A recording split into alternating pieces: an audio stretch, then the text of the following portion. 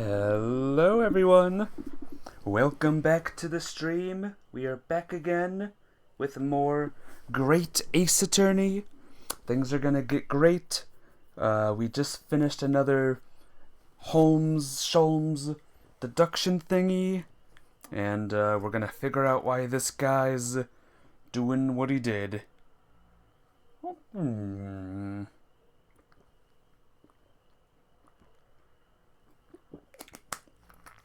I was gonna say, why did he do what he do? I don't know. But, hey Copeland, what's up? Good to see you here. How's you doing? How was things? Good to see you here. You're just in time for some Ace Attorneys once again. Yeah, I hope your day was good. Well, Magnus McGilded. Not a name I expected to hear in these circumstances. We did something crazy with this guy last time. Mr. Sholmes, I'm afraid there's something very troubling on my mind. And Minim is here too. What's up? How you doing? Minim's first. Even though Copeland was first, Minim was first. You're gonna keep you tabbed? Got things you gotta do? Alrighty. Good luck, little bro. Just remember, if you need, I'm here. If you need what? I don't know, but I'm here. If you need goofy voices, then I'm here to provide goofy voices for these characters. But good luck! Pray tell, Miss Susato. Well, according to what Mr. Windibank told us earlier, today was the final day on which the coat could have been redeemed, was it not? Yes, ma'am, that is correct. Today would be precisely 2 months since it was first deposited.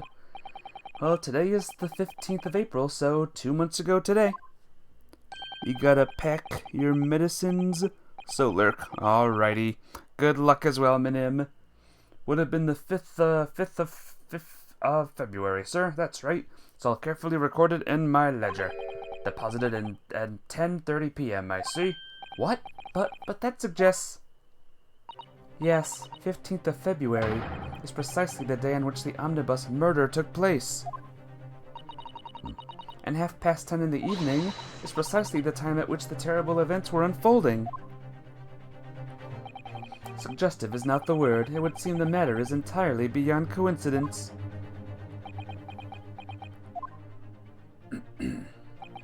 You are of course at liberty to make whatever outlandish deductions you choose. However... Oh. I must insist you hand over the music box disc now. It would be a terrible shame for you to return to your native land in a box. What do I do? Absolutely not. I'll risk it. There are some things a man must protect at all costs. This may well be one of those things. Then again, it may not. Mr. Windibank, this is my shop. I can't allow any harm to come to my customers. If that were to happen, I should have to take my own life. Mr. Windibank, no. Alright, that's enough. Alright. Inspector Gregson. Inspector? That's right, Sunshine. The alarm was raised on one of our dedicated emergency lines, so we got here as fast as we could. Now what's all this about, eh? Oh, praise be, you're here at last. I was moments away from forfeiting my own life in my very own establishment.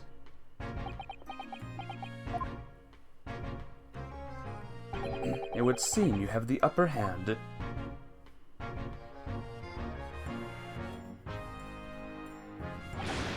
Right, you lot have got some explaining to do. I don't appreciate being bothered with some petty argy-bargy. Petty?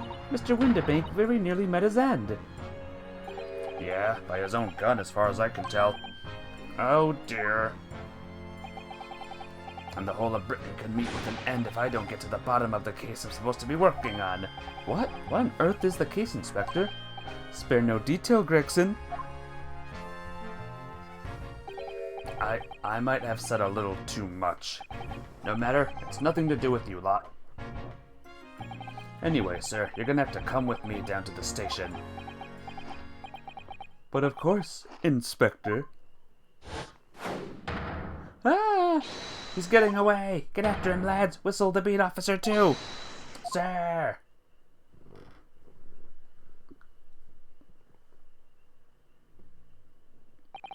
There's been a spat of thefts at pawn shops around here recently, so we fitted emergency buttons underneath the counters for brokers to let us know when they're in trouble. Oh, Inspector. I was very worried there for a while. Very worried indeed. Now then, Mr. Permanently in Mournin'. Oh, yes? I'll be taking that whatever it is of McGilded's down to the yard, thank you very much. So hand it over. Oh, yes, of course. No, don't. Don't give it to him. It's mine, that is. It's mine. Sorry, miss, but anything belonging to McGilded has to be taken in as evidence now. As evidence? If the police demand something as evidence, my dear fellow, we have no choice but to capitulate. It's all yours, Inspector. Grrr.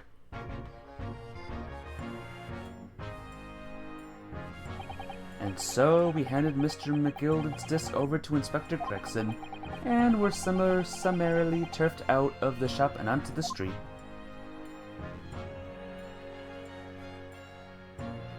To be continued. Yay! We did it, guys. We did it. And that's it. That's the 5th case done. Game over. We beat it. No, not even close. See? That's why I hate grown-ups. All they do is feed you a pack of lies and take stuff away from you. Oh really, Miss Lestrade? Tell me, is that overcoat keeping you warm? What? Oh my, surely you were given that. Yeah, the D let me keep it, after I looked daggers at him for long enough. Hello, Yuki-an. Yuki-an and Minim. How you doing today? Hello, Ultima, good morning, did you sleep well? I kinda woke up early, and it was all for naught as well. Some of these English words are hard for me. They're hard for me, Minim. Hard for even me. But yeah, how are you today, Yuki? And Scrapper. Always pays off giving people the look that you ate them. I can't help feeling that it's going to get you into serious trouble one day. What I really wanted was that nice shiny disc mine. The music box disc? But Mr. Windibank said it was practically worthless. I think I'm gonna go and have another bash. Give him a long hard stare. I think not, Miss Lestrade. We shan't enter Windibanks again today. Why not? That's not fair. It can't be helped, I'm afraid. The police are investigating the scene now and taking a statement from Mr. Windibank. But that disc's mine, and I had the ticket for the coat and it was in the coat's pocket. You're doing okay, and try stretching, it might help. Yeah. I definitely am. Hey, Captain Chips. Pouting like a prince, lol. Oh yeah, Captain Chips, you missed some crazy things. The guy that was the thief person, the fancy-looking JoJo-like guy, pointed a gun at us, and then he fled from the detective bro. The fancy pants did, yep. He fancy pantsed a gun at us. Hello, peoples. Hey, I am thing. They can't hear us, but how are you? And there was something else at all. That's what the Rotten Cove said, ain't it? Yes, he did mention something about another article, didn't he? Well then, that's mine too. Whatever it is. Oh, she's really pushing her luck. Miss Lestrade, I think it's time to admit defeat. You've had your all for the day. Yeah, and it's all your fault, Sholmes. 2:04 a.m. Oh my gosh. Should go to bed. You poor human, you. But it's up to you. Stay or watch. Or sleep. Totes up to you. So what are your plans now? Will you dine with us this evening? Eh? Iris would be delighted to cook, I'm sure, and I might entertain you with a modest violin recital.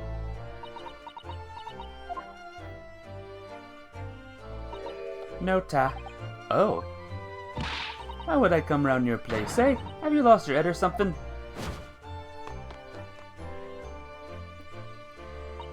Oh dear, she's gone. Reviled on me quite unnecessarily, I might add. I can't help wondering if perhaps she might turn up anyway. Interesting.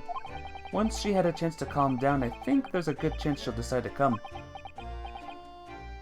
Very well then, I'll inform Iris to set a place for our potential guests at the dinner table this evening.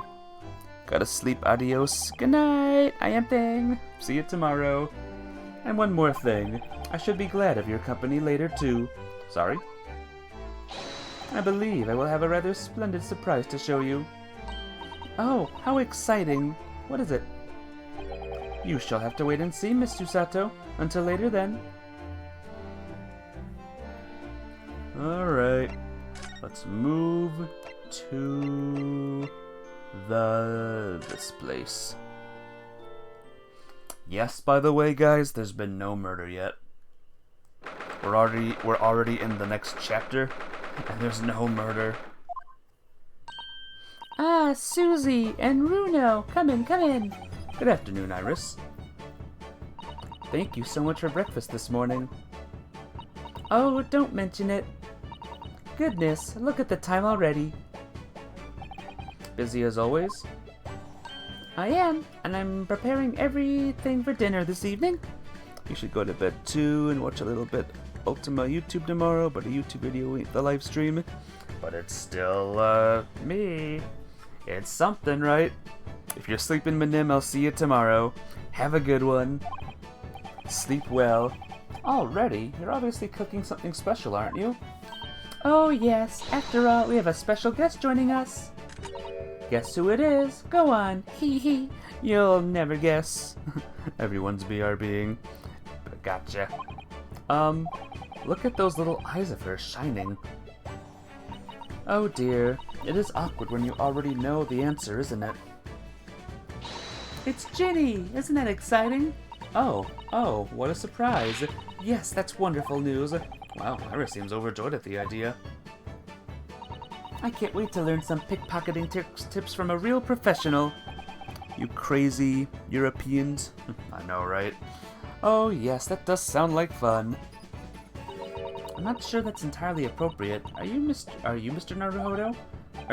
By the way, Iris, what's Mr. Sholmes up to?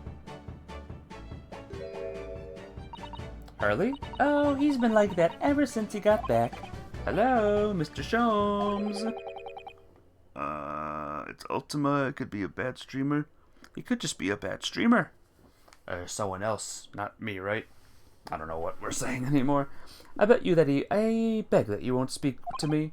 Sorry. I don't know who you are, but kindly take your leave. As you can see, I'm not here. I don't know how to respond to that. I do apologize. When he gets like this, he's completely oblivious to everything. Yes, I see. Really? He behaves just like a child sometimes, Hurley does. Mr. Sholmes and Iris have something of a parent and child relationships, don't they? Yes, except that Iris is clearly the parent here. Come to think of it, I wonder where her real parents are. What's the matter, Runo? You have ever the funny look on your face?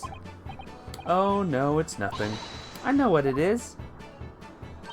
Why does this girl live here with Mr. Sholmes? You're wondering. Am I right? How? How did you... Oh, Runo, I can read you like a book. This girl is dangerous. Don't worry, you can ask me anything. I won't mind. Alright. Where were you on the murder? So, by Ginny, you mean Miss Lestrade, the young woman from the McGilded case 2 months ago, right? Yes, who also stole my experimental smoke grenade launcher? Although after that trial, I invited her back here and we had a dinner together. And now we're the best of friends. Oh, hee hee, what a lovely tale. Yes, now if I bump into her on the street, she runs away as fast as she can. Oh. And I chase after her down the back alleys. Interesting idea of friendship. Nothing big to do tomorrow. Why not watch your favorite streamer and the good game? Awesome. I'll see you later. Appreciate ya. And then I let her have the latest color of smoke grenade I've developed. Oh.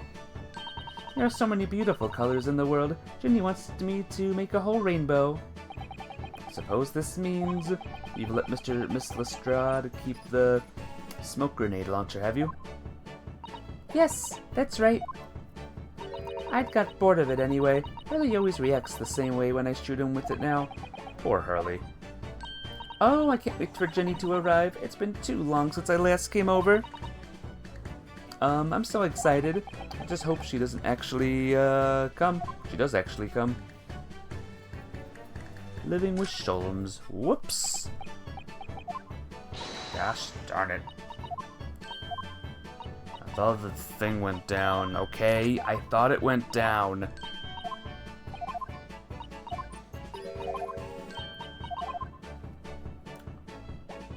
Down. I'm sure you've been wondering, why is it that I live here with Hurley, haven't you? Well, it has crossed my mind. That and where are your real parents?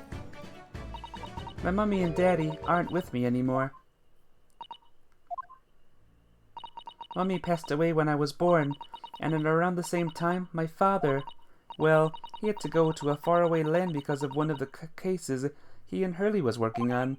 Oh, wait a minute. Did you say he and Hurley? Yes. Daddy and Hurley were always solving mysterious cases together. She didn't mention that before. He wrote them all up in his diaries. That's what's in the metal chest over there. Really? You recorded them all? So, you mean it's true, Mr. Sholmes? Really did have a partner with whom he tackled some of his most taxing cases? Oh yes, I mean, it's always nice to have one, isn't it? So Mr. Sholmes' partner was your father. Exactly. Hurley told me I wasn't allowed to look in the chest, but that only made me want to look even more. So I opened it up and found your father's memoirs. Yes, so I asked Hurley, who wrote these? He nearly fell off his chair. But then he told me, that's when I found out that the author of all those accounts was my father. So Iris's father was Mr. Sholmes' partner.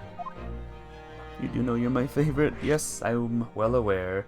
I appreciate you for, that kind word. So thank you. Thank you for that. I practically lived with Hurley all my life. I was tiny when he took me in. Even tinier than I was now. So it came as quite a shock when Hurley told me he wasn't really my daddy. I mean, it must have done. I wonder why Mr. Sholmes chose to tell you, and at such a young age. Hurley says it's because he wouldn't have been able to hide it from me. Oh? Well, having lived with Hurley all these years, you might say that his ways have rubbed off on me. There are some things I can just see. Especially lies. I almost know when people are lying before they open their mouths sometimes. Right. Anyway, I was so fascinated when I read Daddy's diaries. That's what inspired me to write The Adventures of Herlock Sholmes, actually. I'd always assumed Mr. Sholmes simply told you all those thrilling stories. Oh no, Hurley's hopeless like that. He forgets everything. As soon as he's solved a case, it all but vanishes from his mind. Oh, I see. The other day it was so embarrassing. As usual, he totally forgot about the case he'd just solved. So the very next day, he gathered together all the people involved and proceeded to solve the case again. Welcome back. We're learning some Iris lore right now. It was quite a shock for everyone. You can say that again. You share your father's surname, don't you, Iris? That's right, Wilson. Daddy is Dr. John H. Wilson. I learned from his diaries that he's a doctor of medicine, you see? That's what prompted me to study so that I could earn a doctorate as well. Iris's father went to some distant land and is a doctor by the name of John H. Wilson. The court will now hear the trial of Ryunosuke Naruhodo. Kindly state before the court the name of the victim in this case. The victim's name was Dr. John H. Wilson. That's right, visiting professor of medicine at Imperial Yume University, and the man who, in the most bizarre of circumstances, lost his life just before we left Japan. Miss Susato? Yes? Perhaps we shouldn't pursue this conversation any further at this time. I think that would be for the best. Why not? Ah, my dear fellows, how good to see you. Eek, Mr. Sholmes! Why ever did you not make your presence known to me before? Well, no matter now. So, how the devil are you? We've been with you for most of the day. Goodness, really?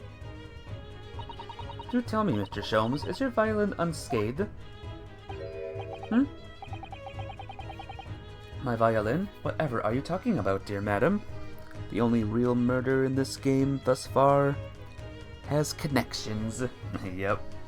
Technically the only two murders, since Mr. McGilded and the one guy were also killed. Oh, never mind that now. I have something far more interesting to show you. Behold, my dear fellows. Oh, another music box disc. No, not another disc, Miss Susato.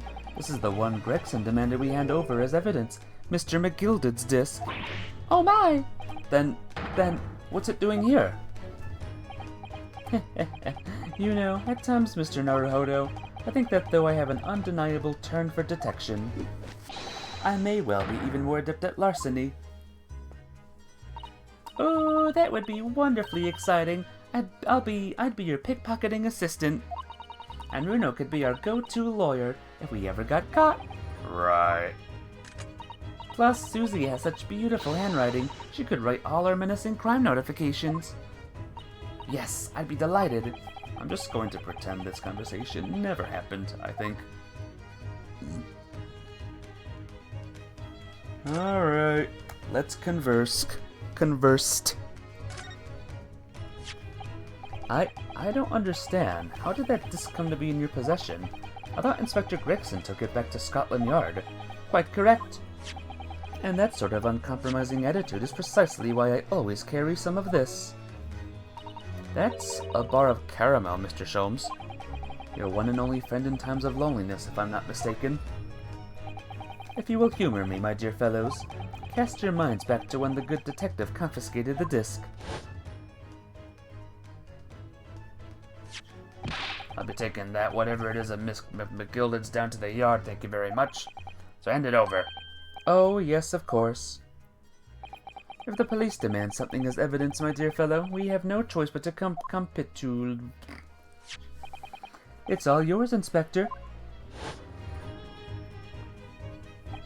For the briefest of moments, I had the disc in my hand, did I not? Yes, you did, but I still don't understand. It was at precisely that moment that I summoned my one and only friend into action. I pressed the disc into a pair of bars, like this. That's amazing!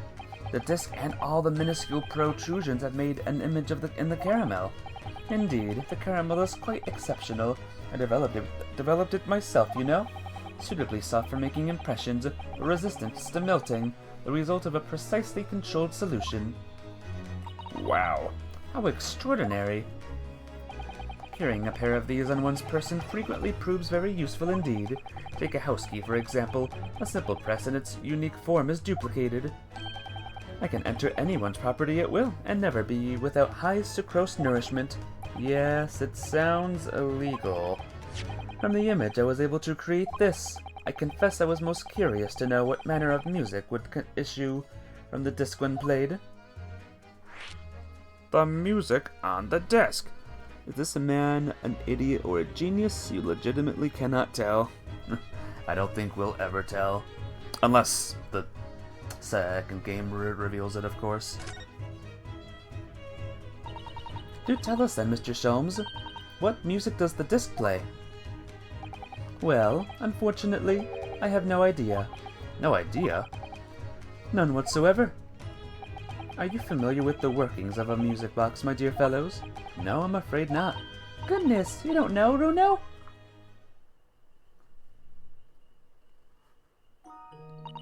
Inside a music box, there's a special metal piece called a comb. That's what produces the sound.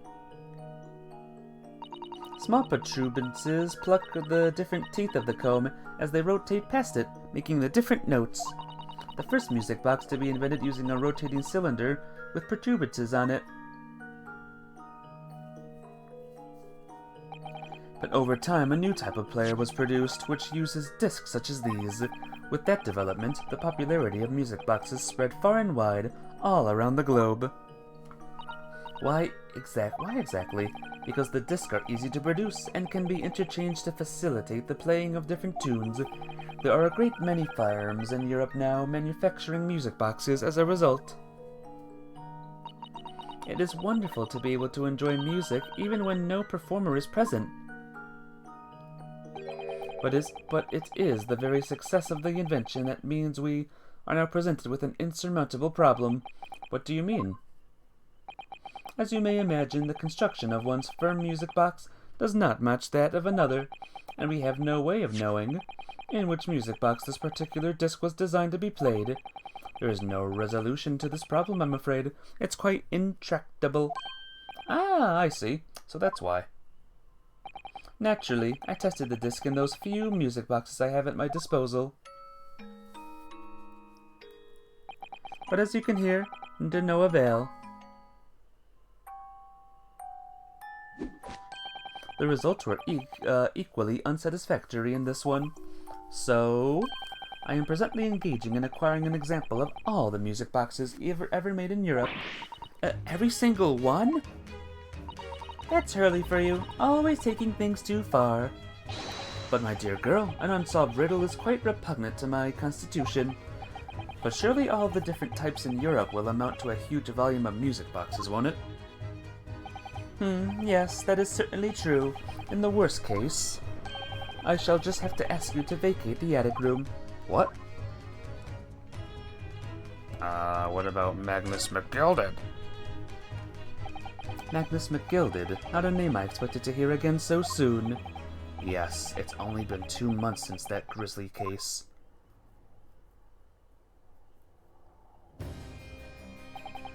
Mr. McGilded perished within hours of the trial's conclusion. Was it the curse of the Reaper? No one knows, still now. The omnibus was reduced to a pile of ash, not a shred of evidence remained. And with the man's death, the truth about the murder in which he was so intimately involved was buried. Damn.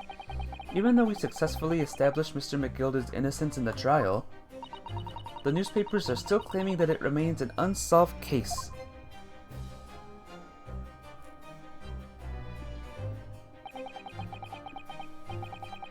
The murder of the brickmaker, the Mr. Thrice-Fired Mason.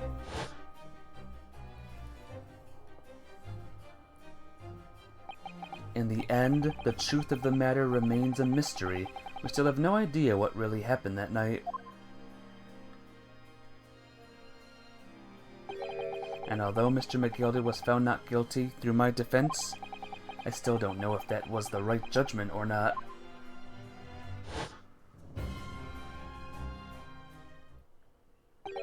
It would appear the case is not yet closed.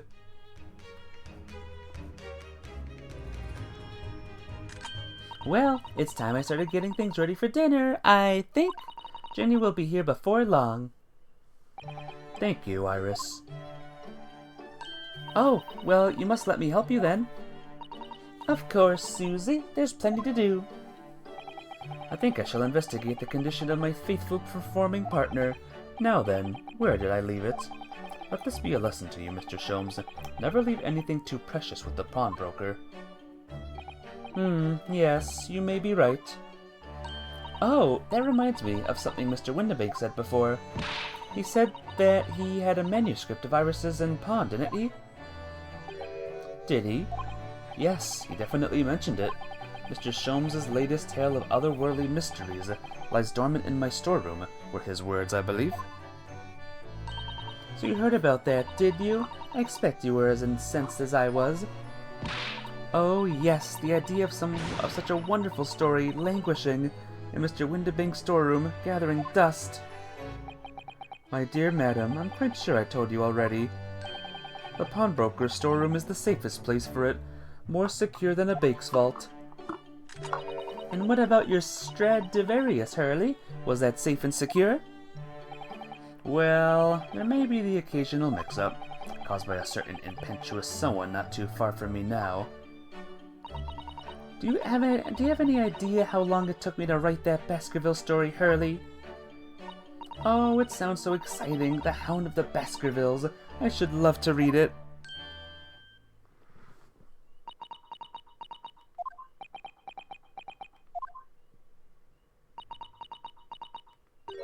Ah!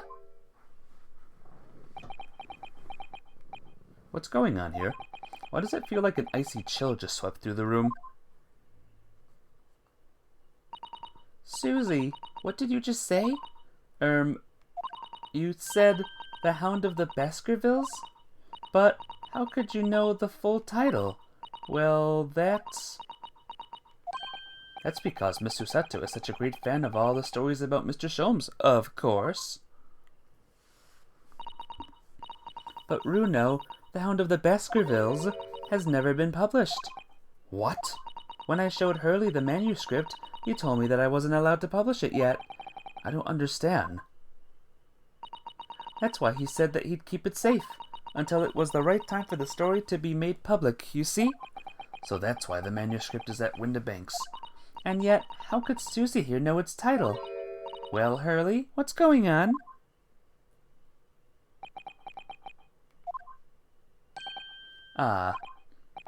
What is it, Mr. Sholmes? It would appear our guest has arrived. There she is. Give me a second, guys. Okay, Miss Lestrade. This was a bad idea. I know I weren't welcome. I'm going. No, wait, Miss Lestrade. You've all been eagerly awaiting your arrival. Haven't we, Iris? Oh yes, just wait there, Ginny. We'll have everything ready in a jiffy. Come along, Susie. Right, of course. It's a pleasure to see you here, Miss Lestrade. Please make yourself at home. Don't stand in the doorway, my dear girl. Come along in. What say you to some Mendelssohn? I won't take no for an answer. Meddlesome it is then.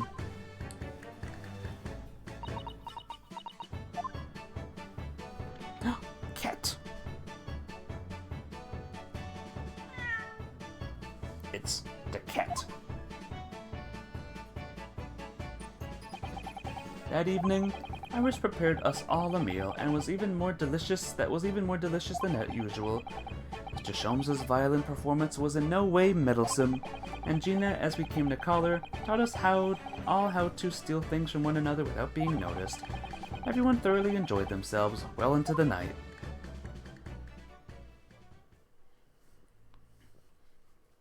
Crappy news, by the way, Captain Chips. I failed to get the pre-order of the Switch 2. Literally, the second 11 o'clock happened, it instantly sold out. So, I don't know when I'll get a Switch 2 now, but now maybe it's a sign. Maybe I'll take this time to actually finish my Switch games. Then I can get a Switch 2 whenever it's free. Of course it's available on eBay, thanks to the damn scalpers. Pieces of shite. That was a very enjoyable evening, wasn't it? Oh yes, Iris's cooking was truly divine. Give me a second, guys. Okay. And I feel as though I can still hear the enchanting strains of Mr. Sholmes' violin even now. Keep an eye out for whenever. Oh, I will. I'll keep an eye out as much as I possibly can. Best of all, I bet I could steal the glasses from his lordship's face the next time we're in court. Naruhodo-san, could I consult with you about something, I wonder? What's the matter, Susato-san? It's about the telegram I received. Ah! one that arrived first thing this morning, I suppose. I've been summoned. What? Summoned? What do you mean? The telegram was from the Lord Chief Justice's office. Lawrence Strongheart has asked to see me. The Lord Chief Justice? When? Tomorrow morning. What? Then we have to start preparing at once. Oh, no, that won't be necessary, Naruhodo-san. I've been summoned alone. Alone? What on earth for? I have no idea. Suppose I shall find out tomorrow. What's all this about? Whatever it is, it's making me feel very uneasy. Canuck. Heyo! It's, Krusty. How you doing today, Krusty? It's good to see you here. Welcome to the Ace Attorneys. The Great Ace Attorneys, rather.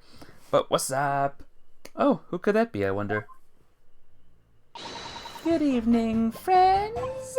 Ah, Iris. Hello again. And Gina, too. Yes, Ginny's gonna stay with us tonight. She's gonna sleep in with me! I'm doing good, Krusty. I'm chillin', I'm playing the Great Ace Attorney, so I'm happy. I hope your day was good today. Hope it was the best it can be. Isn't that right, Ginny? Well, yeah. How lovely. Let me make a pot of tea. Did I start a new case? Kind of. I started the case, last stream, and we're still without a murder. There's still no murder that happened. Is there even gonna be a murder? Is this just gonna be a visual novel? In the purest sense? You know, I've learned so much today. Oh, what in particular? All those things Jenny showed us, wasn't it wonderful? Ah, you mean all those pickpocketing techniques? We had fun trying them out on each other, didn't we? I think I've awakened a natural talent. I could earn a living from it. You might be getting ahead of yourself a little there. So, what brings you up to our humble quarters at this late hour? Well, you see, I came to return this. Wait, what? That's mine. Oh my, however did you... I told you, didn't I? I have a natural talent for it. Oh yes, I'd forgotten. Iris literally is a child genius. So anyway, here, you can have it back. Not that I really understand why you wear it, though. Thank you. Alright then, good night. Yes, good night.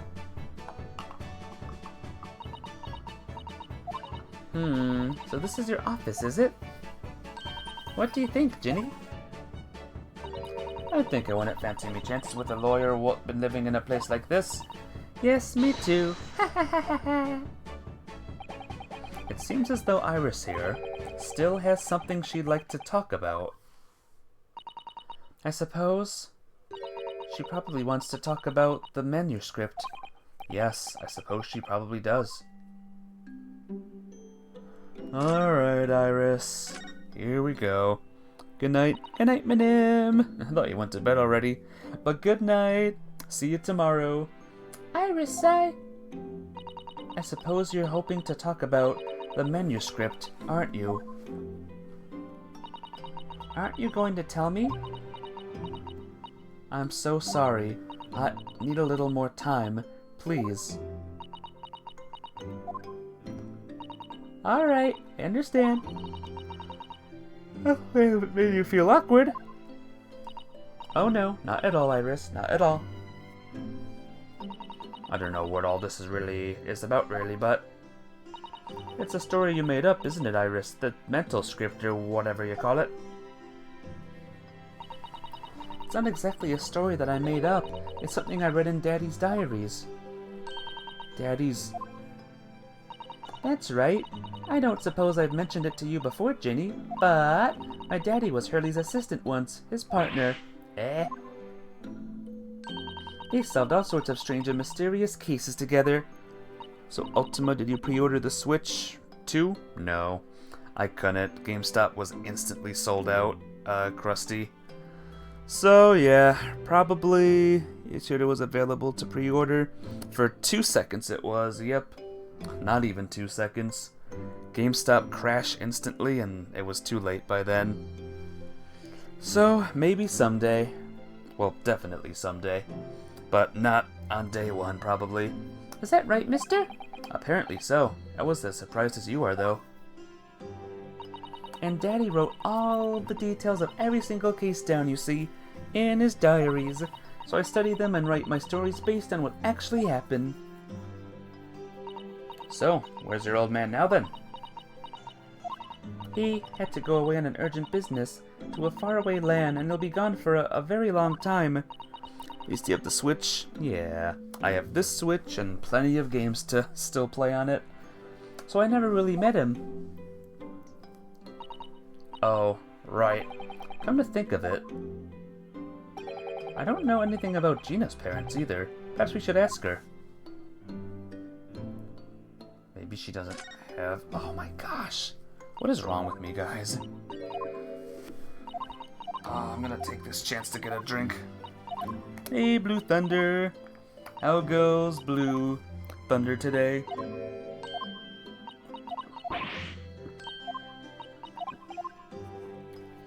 Krusty, you know how you always call me like Blue Bro or something? You can call you can call Blue Thunder the same thing. You're both blue. I'm doing good though. Surviving and all that stuff. Iris, this Hound of the Baskerville stories. I take it that it's another tale inspired by your father's accounts? That's right. I thought it was fascinating. But it's different somehow from the other cases, I mean. Oh, how? I don't really know, but it must be special in some way, because after I'd written it and showed the manuscript to Hurley, he turned as white as a sheet. It was the first time I'd ever seen him like that. It pains me to have to say this after you've toiled over it for so long, Iris, but the story must not be published at this time, under any circumstances. But why not? It's one of my best works. I'm not at liberty to say. Not now, so please do not ask me. Don't ask me. Alright then, I won't. But I do solemnly swear that I will explain everything one day, Iris, when the time is right. Blue Thunder is blue, to where Bros is blue, me and Ultima and Blue Thunder. Yep, very right.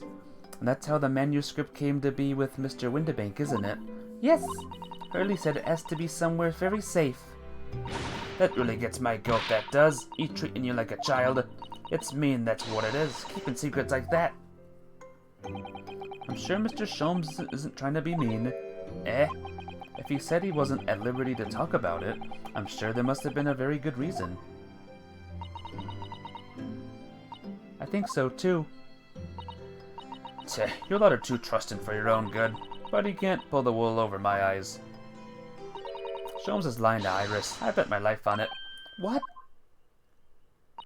Hurley's lying to me?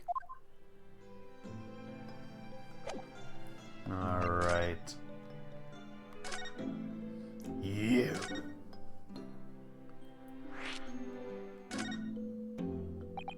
I've realized that I don't know anything about your parents, Gina. I ain't got any, have I? Never did have. So you just appeared one day then? Did you descend from the heavens? Oh! Look, the East End's full of orphans like me. No one wants nothing to do with us for the moment we're born, not even our mums. But we all stick together. The older ones gotta look after the little ones and make sure they get by. So that's why you're a pickpocket. Nah, dive into my life. I love it. I get a kick out of it every time I lift someone's pompous idiot's purse. And that's how we all afford to eat. I'm like Robin Hood, ain't I? That's how I see it. Oh, Gina. I do thinking about it sometimes. What it'd be like to have parents, I mean, I always thought it'd make everything right. But having listened to what Iris just said, it sounds like having parents ain't always easy either. Oh! I mean, if you know what if you know you never had him, you don't feel like you're always wanting to meet him. It's true. I do want to see Daddy so much. Oh, Iris. How about Sholmes's lie? Gina, what did you mean when you said you know Mr. Sholmes is lying to Iris? Well, he reckons he popped that mental script or whatever, right? But come on, it's obviously a load of rubbish. Oh my, why would you think that, Gina? It's simple. If the story was really an old Windibank storeroom, there's no way someone from halfway around the world, in other words you, could know about it. Sorry, Iris, but if you ask me, he sold it. Without telling you. But Hurley would never do something like that. I'm sure of it. Ha. Grown-ups do a lot worse than that, believe me. Barefaced liars, a lot of them. You just ain't realized it yet. I'm telling you, that mental script ain't at Windibank's. You'll soon see if you had the look. Even if you think you can trust him, I don't. That Sholmes is a liar like the rest of them. If I'm honest, I have wondered if Hurley's telling me the truth sometimes. See? Oh, but I don't mean that I think he sold it. I mean that I sometimes wonder if he might have hidden my manuscript somewhere I don't know. Even though it's wrong of me to doubt him. Don't be so hard on yourself, Iris.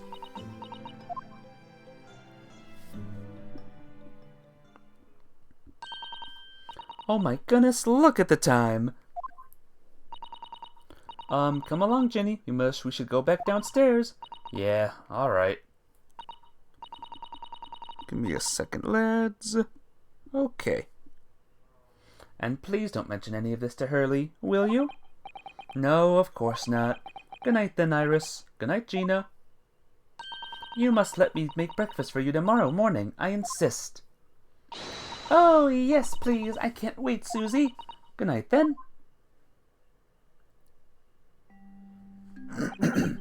Iris, it sure is easy to forget, isn't it?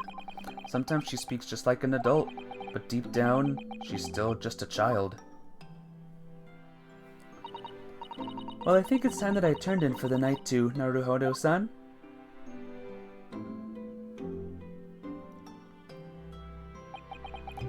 Dr. John H. Wilson, Iris's father, but also the name of the murdered visiting professor at Yume University.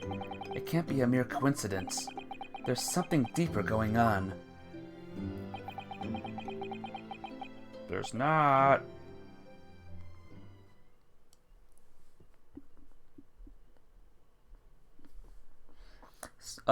Stir Naruhodo. Mr. Naruhodo. That voice. That's Mr. Sholmes. What's going on? It's the middle of the night. It's Miss Lestrade. She's gone. Gina? She was supposed to be sleeping in Iris's room, but her bed is empty. Well, she's an independent young woman. She's probably decided to go home, no? I think not. From speaking to her before she retired, I received the distinct impression that she was looking forward to breakfast with Miss Susato. No, I don't believe the girl has gone home, but I've been waiting for over an hour now. Over an hour? Oh. If you'll indulge me, look out of the window, my dear fellow. What's this about?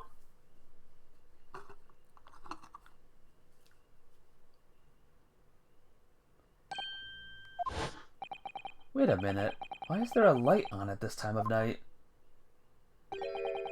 It's Mr. Windibank's pawnbrokery. Mr. Windibank's? Oh no. It's simple. If that story was really an old Windibank storeroom, there's no way someone from halfway around the world, in other words, you, could know about it. Sorry, Iris, but if you ask me, he sold it. Without telling you. Could Gina have gone? It seems to have some knowledge of the situation, Mr. Naruhodo. Sorry? Oh, no, not really. Well, anyway, we must investigate. At once. Mr. Susato! Or Miss Susato. Wow. It's probably fine, guys. The door to Windibanks. It's open.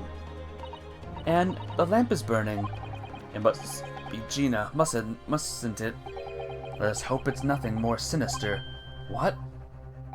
Come, there's not a moment to lose. Clearly something is afoot inside.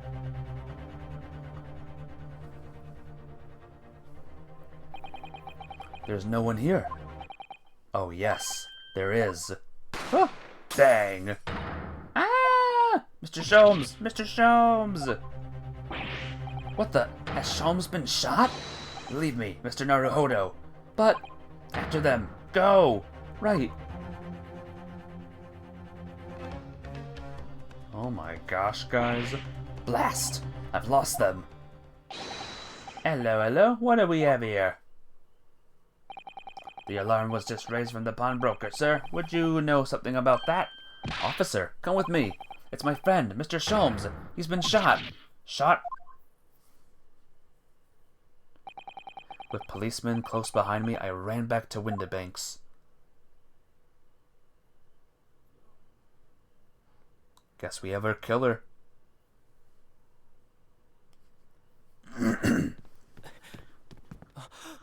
Or our killed.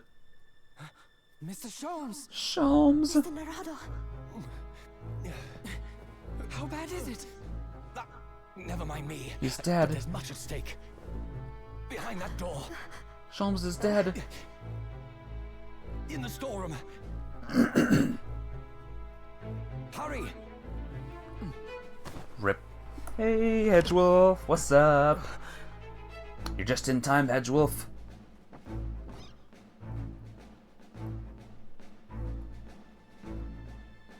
Aww.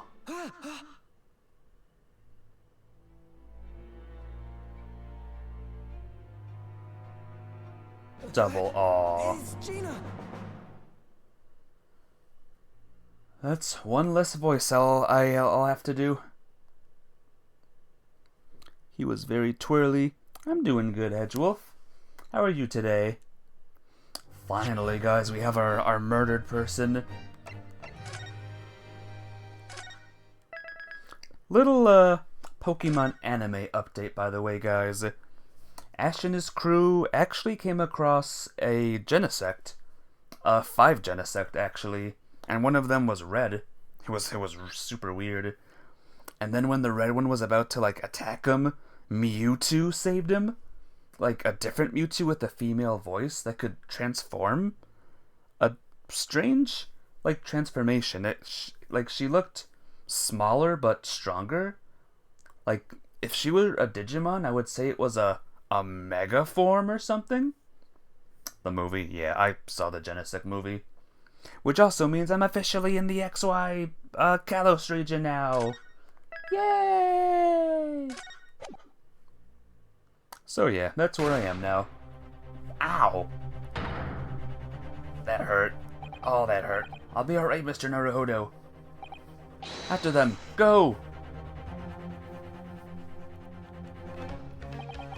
Behind that door in the storeroom. Hurry!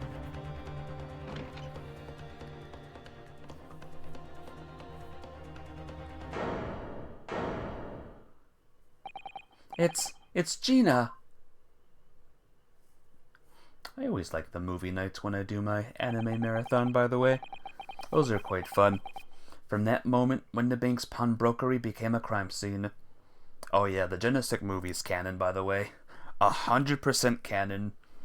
Those Genesects were in the actual anime as well. Everything that followed happened in a whirlwind of activity. The arrival of the police, the preliminary investigation of the scene, and the questioning. It was just before dawn before I was allowed back into my lodgings at 221B.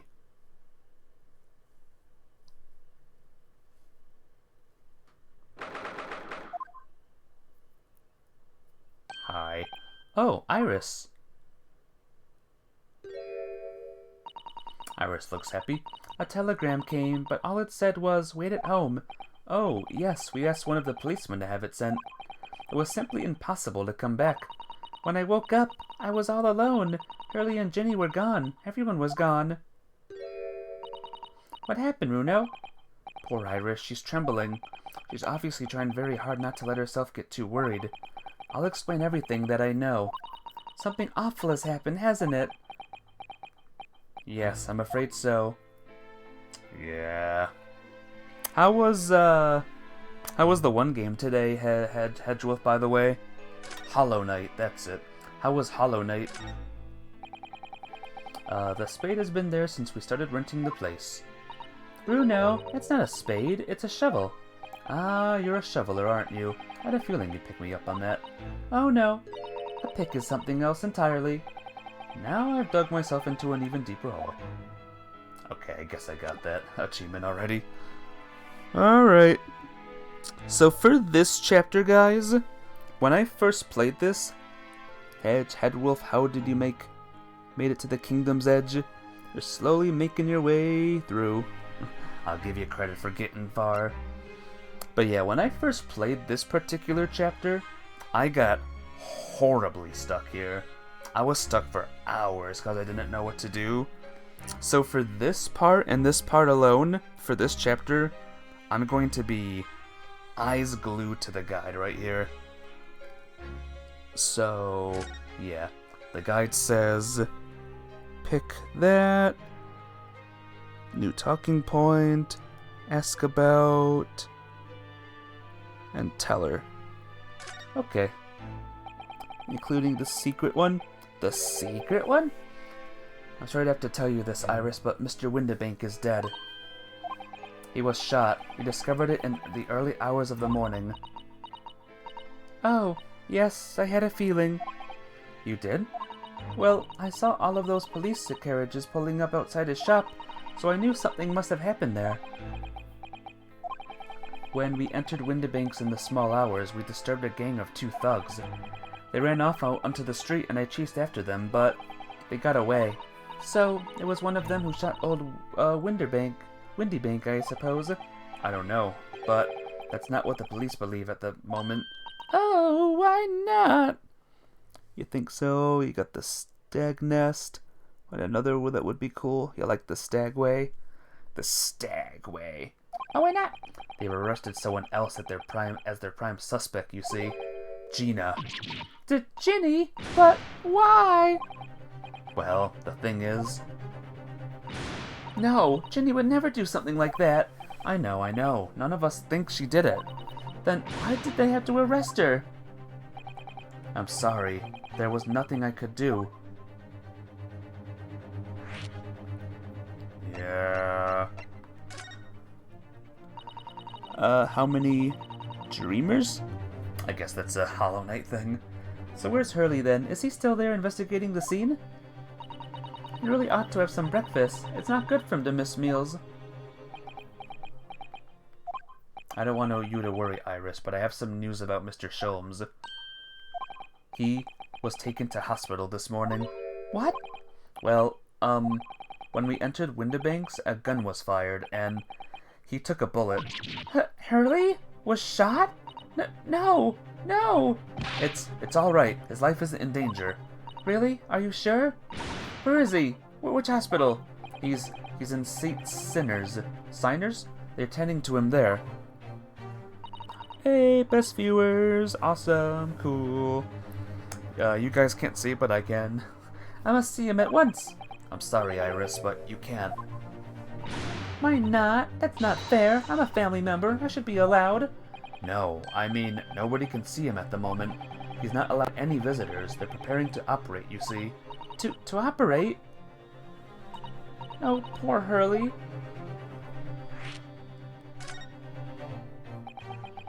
It was the 2 thugs who were in Mr. Windibank's shop. They shot Mr. Sholmes when we disturbed them, you see. It was pitch black inside the shop at the time. My mind went totally blank, I'm afraid. I just froze. Only the beast. Come to stare at the beast, have you, Hedgewolf? After them! Go! That beast, or the Hollow Knight beast. After that, I ran out into the street, but, well, they were long gone. I shouldn't have hesitated. I'm so sorry. It's my fault. I let them get away. I think that's a very good thing. Sorry? Well, if you've seen which way they went and chased after them, you might have been shot as well, Runo. On top of everything else, I couldn't bear that. Oh, Iris. Aw, she's a good kid. Where's Susie, Runo? She's still at the police station. Oh, why? I expect she'll still be questioned. The police said they wouldn't be finished for a while. Why aren't you there then? Well, I didn't get a good look at the criminals anyway, so they weren't questioning me for long. And Miss Susato stayed behind at the scene to tend to Mr. Sholmes, so they didn't get started until later. Ah, I see. Besides, one of us has to come back to be with Iris. I'm glad Inspector Gregson agreed to me leaving early. You should have let me know, and I would have come to the station. Jenner's arrest. I don't understand why they arrested Ginny. It's not fair. What about the two thugs that were at the scene? Why aren't they the prime suspects? After all, you shot Hurley dead, didn't they? No, I mean, Mr. Sholmes isn't dead, Iris. This is all so horrible. The thing is, Mr. Windibank was found on the floor in the storeroom where he keeps all the deposited articles, and the storeroom door was locked from the inside. I see. But he wasn't alone in there. Gina was found next to him on the floor as well. Oh no! And according to the detectives who investigated afterwards... Don't tell me. There was no one else in the room? Yes, exactly. How did you know? That's the only explanation. Yes, the only explanation indeed. What do you mean by that, Runo? Well? What can I say? I'm damned if I agree, damned if I don't.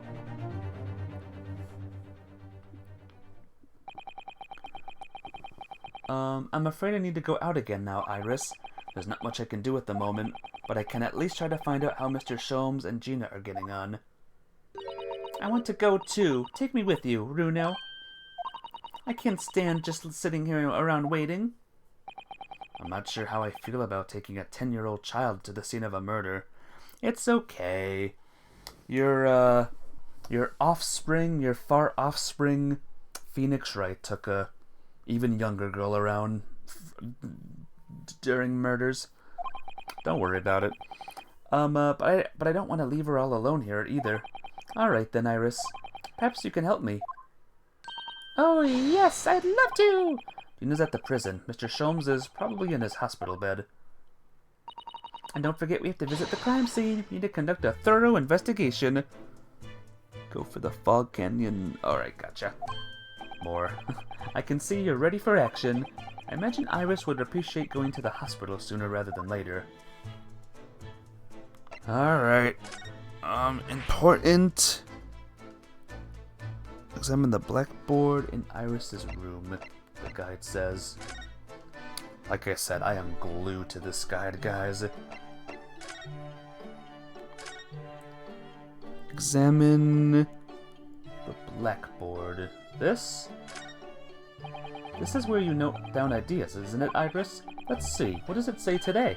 Ah, the Boscombe Valley Mystery. We visited Boscombe Valley recently for a picnic, you see, but I forgot to bring the tea. So when Hurley became thirsty, he decided to drink from Boscombe Pool. He gave himself an awful tummy ache. Oh dear. Hurley sat there miserable as can be in that field of flowers after that, just like when you saw him yesterday. It really is an unsavory tale. Ha ha ha ha. I guess I got that one already. Okay, move to the hospital. Okay? Hospital.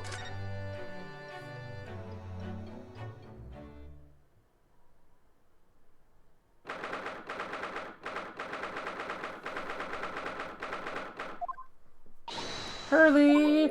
Oh.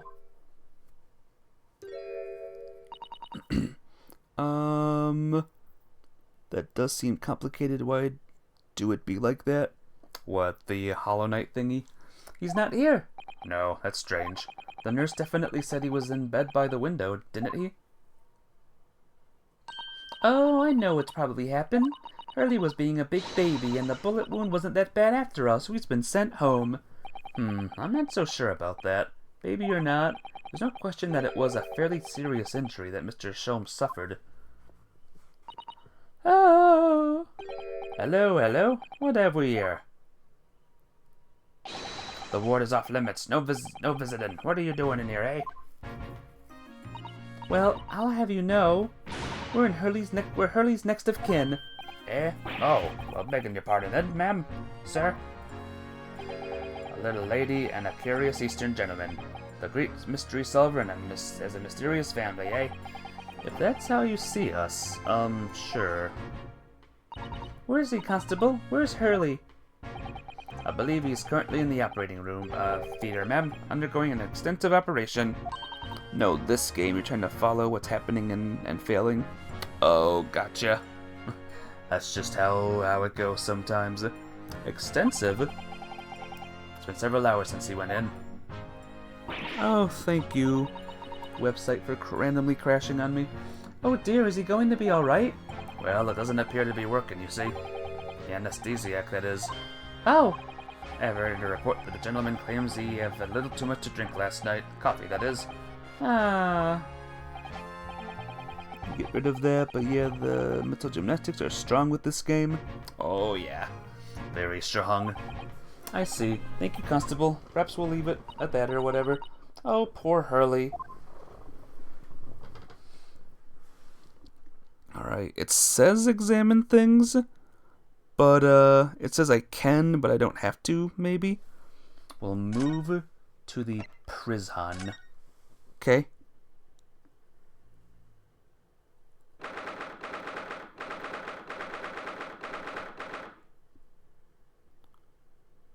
Okay.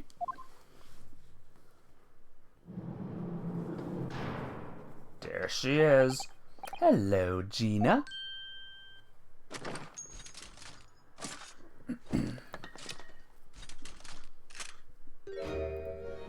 Would she be allowed to have that in prison, guys?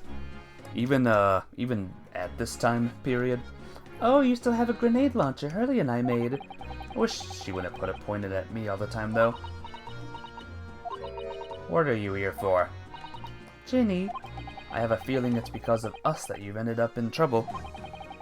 So we were thinking that we might be able to help you. Well, you can't. Sorry? You heard. Get lost. Don't be like that, Ginny. I know you didn't do it. You never shoot someone. I just know you wouldn't. No. Definitely not. You think you know me? Pull the other one. Oh. You ain't got that first idea about the likes of me. I'm a thief. I pinch people's purses while they're walking down the street. That's how I get by. And if I saw me chance, I'd sneak into a pawn shop any day of the week. Just to see what I could lay me hands on. Get it? That's the kind of person I am. But, Ginny, I'll be in court tomorrow, they said. Say, some cove came by and said he'd be a lawyer for me, or the like. Said it was my right or something. But I told him to get stuffed. I don't need no lawyer. I don't need no one. She couldn't be staring at me any more obviously if she tried. Why are you being like this, Ginny? Oh, Ginny. I don't understand, Gina. Why did you send the public defender away? He wanted me to sign some papers, representation papers or something like that. It's all gotta be rigged anyway, the whole trial. They'll pin it on me because I'm a kid. That's what grown-ups always do. Why do you think that?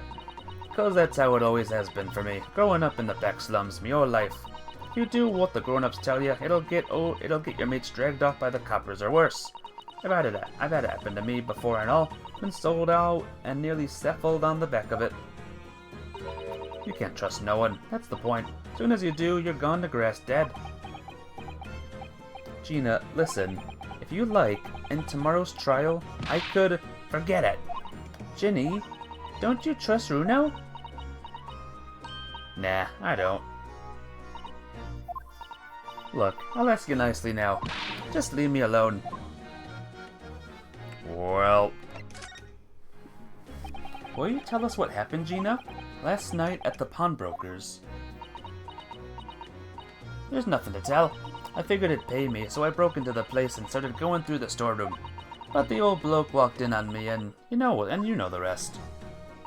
But why, Ginny? Why would you do that? Ain't it obvious? The place is full of stuff I could sell for a shilling or two. Diving ain't easy, you know? It's a lot of work, and half the time you don't even get nothing.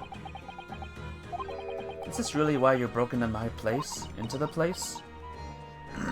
What? Are you sure the true reason wasn't something else? Oh, give it a rest. What'd be the point anyway, eh? Nothing I could say would make a blind bit of difference. Please tell us, Ginny. We'll believe you, whatever it is. Believe me, don't be daft. You can't believe nothing. Everyone lies all the same. And you know what? When it comes to liars, I'm the biggest one of the lot. I've told some unforgivable lies, I have. What do you mean by that? What unforgivable lies? What? What did you mean before, Gina, when you said you were the biggest liar of the lot? Why don't you tell us what these unforgivable lies you've told are? Maybe we can help. Sorry, we're out of time. They're gonna want to question me now. Ginny, please. Oh, yeah. I wanted to give you this, something to remember me by. A kitty! A photographic print of a really adorable cat. I found it in one of the pockets of this coat. Ain't no point in me having it. I wonder what a little photograph like that was doing in a pocket of that overcoat. Anyway, don't bother coming again. Bye. Oh, Ginny. The white cat photograph is in the court record place. Alright. Give me a second. Let's go to the pawn shop. Yes. Right? Okay, I have to examine first. See, this is why we examine everything, guys. Look on the back of this print here. There's something written on it. 13th of February, 9 p.m. Article deposited 1 small box. Loan amount paid 10 shillings. Redemption deadline 13th of April, 9 p.m. So this photographic print is a redemption ticket. 13th of February, that could be significant. It was just 2 days before the murder on the omnibus, wasn't it? A small box, that doesn't tell us much about it, does it? No. If Mr. McGilded has still had the ticket, then presumably he never redeemed the article. So do you think the box might still be present somewhere in the shop? Ah, yes. If it's something McGilded deposited, we need to investigate. There we go. Alright. Now we gotta do the Windbreakers place. What's it gonna be called now, I wonder? Is it gonna close? Do you think?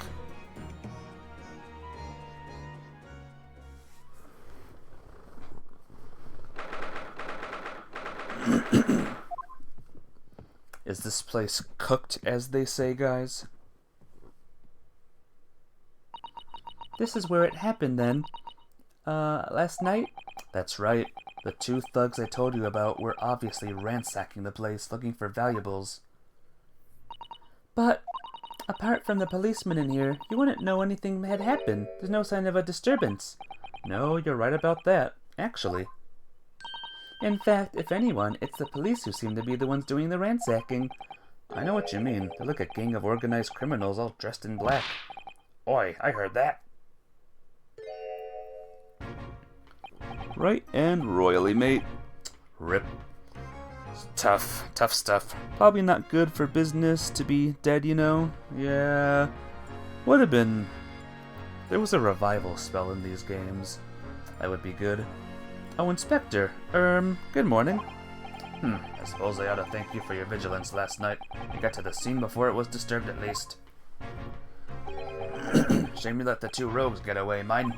Yes, I'm sorry about that. I thought you'd assign extra men to the beat around here, Gregsy. Now, look what happened. Hurley's been injured because there wasn't enough police on duty. Ah, yeah, your ladyship. No one told me you were coming. I expect you to take full responsibility for what happened to Hurley and see he has the very best medical care. Of course, your ladyship. The very best doctors in the capital are tending to him as we speak. And I don't think it's Runo's fault that the rogues managed to get away, is it? Chasing criminals is the police's job. Absolutely, your ladyship. As you say, ma'am, as you say. The gent in black is totally blameless. Everyone's in agreement about that. Would you believe it? He's like a completely different person with Iris. Talk about a personality change. Oh, where are me manners? Are you thirsty, your ladyship? Perhaps you'd like some juice? Some nice, refreshing fruit juice? Oh, why? Are you thirsty, Gregsy? I have some of my special herbal tea with me, if you'd like some. Glug, glug, glug, glug. Ah, lovely. Ta very much. That really hit the spot, your ladyship. I don't even recognize him like this.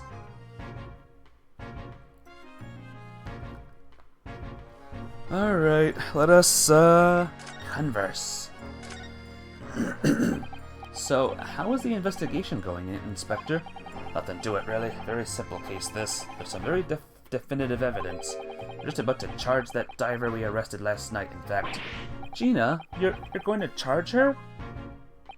That's right. Should be able to bring her before the judge at the Bailey tomorrow. Definitive evidence, you say? What is it? Come on, show me. Your ladyship, as much as I wish I could oblige you, I'm afraid. Ah, I see. You've already captured the pair of thugs who broke here last night, have you? What the? And you're going to put them on the stand as witnesses, are you? How could you? How could you possibly know that? I had a feeling, that's all. Reminding me never to try to keep a secret from Iris. So you've arrested the two men who shot Mr. Holmes, have you? Well, yes, they were rounded up pretty quickly by the lads on the beat. And Miss Lestrade is being held at the prison? She should be. That's assuming she hasn't lifted the key from the jailer, of course. Mr. Sholmes. Can you tell us anything about Mr. Sholmes? What's his condition? Sorry, I'm not at liberty to divulge that information. Scotland Yard matters are strictly confidential. Well, I know he's being operated on at St. Sinners. Why can't I see him? I'm family, you know. I'm terribly sorry, your ladyship. It's the hospital's policy. No visiting at all. Oh! The bullet must have hit an artery in his midriff. He lost a fair bit of blood. Oh no! He didn't seem too bad in the first hour or so, but a hemorrhage like that is enough to make even the one and only Mr. Sholmes pipe down. Mr. Sholmes is a human like the rest of us, you know. Well, anyway, he's having emergency surgery right now. I gotta stop that bleeding. Look how she gets Gregson whipped. She's a tough one. Especially when it comes to this guy. Love it. But he will be alright, won't he? You'll be able to make him better? Of course, your ladyship. He'll be right as rain before you know it. Really? How do you know? How do I know? Well, because, of course. Yes, because Mr. Sholmes is such a great detective, that's why. You'd better pray the doctors have a better grasp of what is needed to make someone well again. Oh dear, please don't die, Hurley. I'll report to your ladyship the moment I hear he's out of the operating theater. Theatre. I couldn't help noticing, Inspector. What? Out with it, sunshine. Well, there seems to be a marked difference between the way you talk to me and Iris. Watch the sauce, Sonny. I'm a copper, and we don't go in for favoritism. But he's right. You do treat us differently. It's 'cause of those Adventure of Herlock Sholmes stories, that's why. Oh. I crop up in them, don't I? Inspector Tobias Gregson. Oh, well, yes, because you're an acquaintance of Hurley's. Wonder how many times Sholmes has gotten hurt and just wouldn't shut up. Probably many times. If not all of the times. When did you write about the inspector, Iris? I don't remember really. It was one of Sholmes' lines. Gregson is the smartest of the Scotland Yarders, is how he'd put it. Oh, did I write that? And you know what that one line did for me, eh? The very next month my pay doubled. Doubled, I tell you. Oh, that's amazing. Well, because everyone at the Yard reads them. They read all the Sherlock Holmes stories. You even set up a fan club for me. Of course, that explains everything. It was around that time that you became such a toady to me. Can you blame me? All it'd take is one bad word from you and Sholmes could change his tune about me. Gregson? No, the great detective will say. He's getting quite overrated these days. Hey, Stars! How you doing? What's up? Welcome to the Ace Detective Stories, the Greats. Welcome to the Greats. How you doing? Think what would happen if my salary if that came out in print, eh? The whole thing gives me the willies. I can't tell you how many nights of sleep I've lost worrying about it. It's all about the monies. Yeah, all about the monies. But that would never happen, Gregsy. Every month when the new Rents magazine comes out, my hands are trembling as I turn the pages. Oh, how awful for you. Here, have some of my tea to settle your nerves. Glug, glug, glug, glug.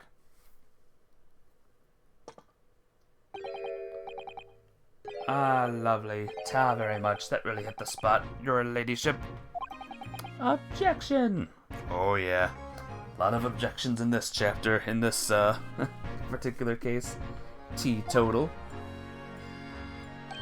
Oh, yeah. There's something I was supposed to talk to you about, actually, Mr. Naruhodo. Yes, what is it? I'm surviving though, Stars. I missed out on the Switch 2 pre-order thing, but I'm here. I'm surviving, I'm doing goods.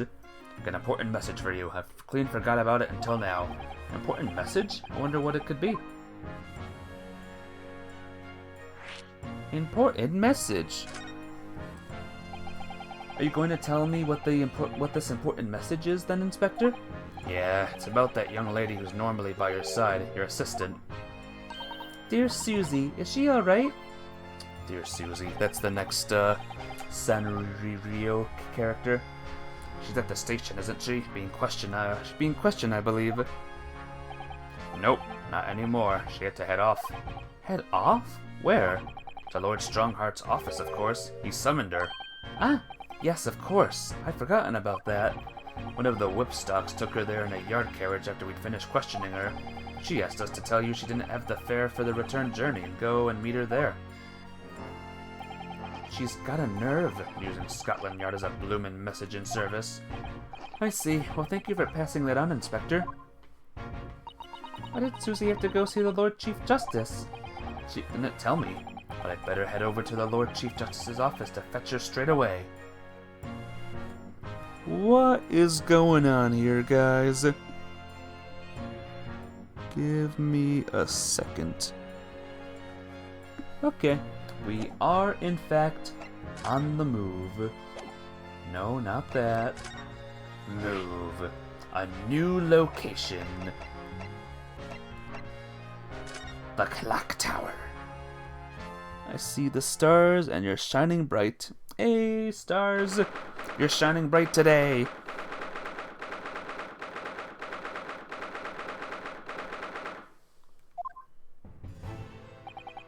Yes.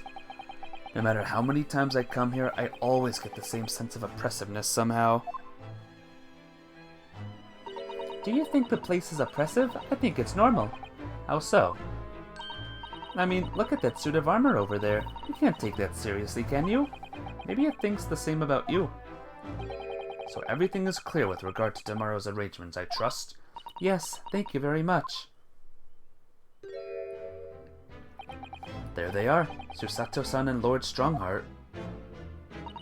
I wonder what they're talking about. They both look very serious. Does that mean you live in Hyrule? Krusty's in Hyrule! Very good. There's nothing further to discuss. You may return to your lodgings. No doubt you have much to do in preparation for your return to your homeland. What? Wait, what did he just say? Your return to your homeland? Susato-san!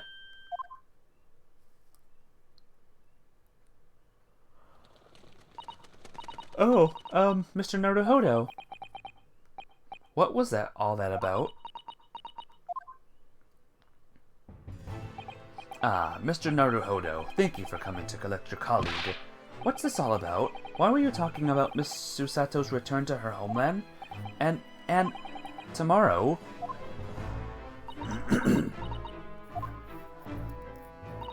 Tomorrow? But what about Ginny's trial? You mean... she's been formally charged now? Oh dear. You live on the Star Rules? Oh, you're the neighbor. Ah. Aha. Whoops. Guys, what is going on, Tears?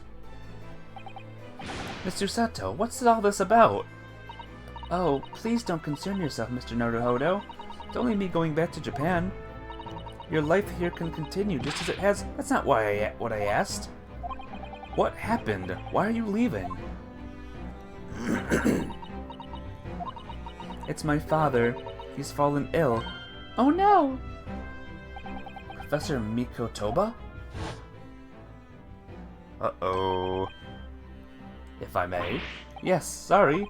You must be the defendant. Ryunosuke Naruhodo, I believe. Yes, that's right. My name is Yujin Mikotoba. I'm a professor of forensics medicine at Yume University. We received an internal telegram from the Empire of Japan informing us of the news. 10 days ago, Father collapsed with a fever. The cause is apparently unknown, and it seems he grows weaker day by day. I don't believe it. As you are aware, the voyage from here to your country's capital, Tokyo, takes some 50 days. I thought it would be prudent to hasten Miss Susato's departure as much as possible. Yes, absolutely.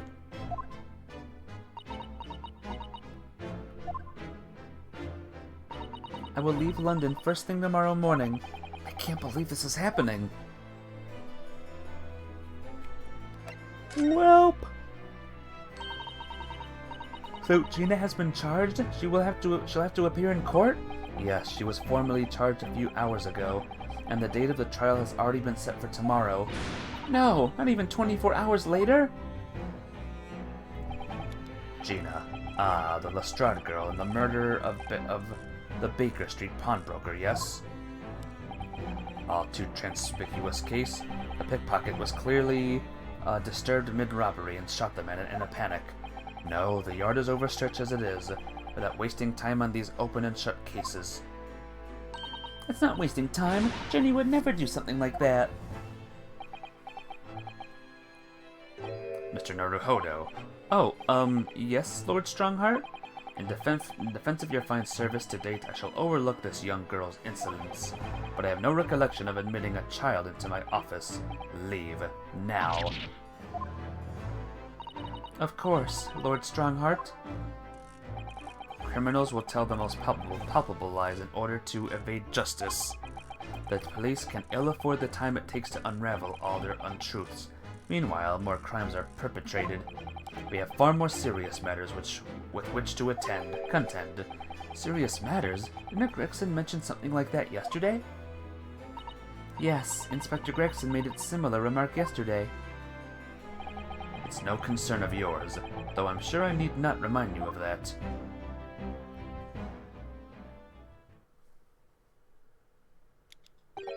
"3 minutes precisely until my next meeting. You must excuse me."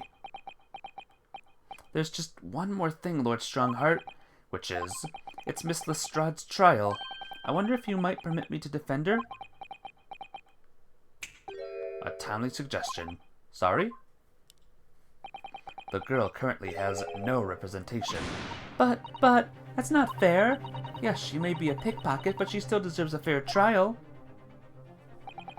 Do not misunderstand me, young lady. The government provides for those too poor to afford representation with a public defender. The accused need only sign the relevant paperwork, and a defense barrister will be assigned to the case. However, the young girl in question has refused that right. Why would she do that? A question you would do well to direct him at Miss Lestrade. You'll find her at the local prison. Yes, thank you. Now then, it's time I was leaving. Good day to you. What a day. Gina charged with murder, Susato-san about to leave.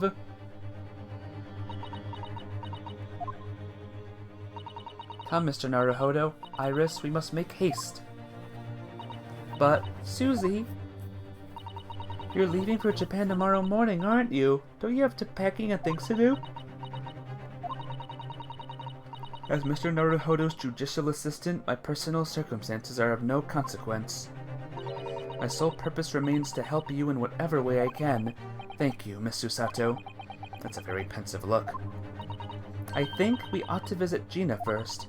In any case, I should like to wish her well before I leave. Yes, that sounds like a good idea. Let's go! If I'm honest, this has completely thrown me off. I'll just have to do what I can as a lawyer. Alright. Back to the prison.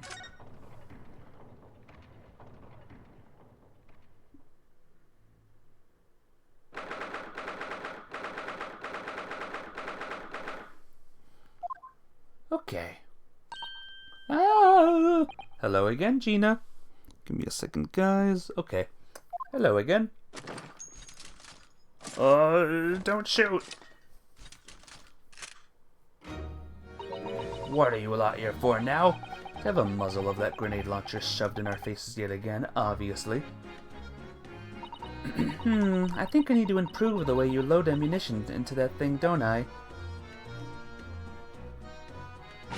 Look, you can come as many times as you like, but I ain't got nothing to say to you.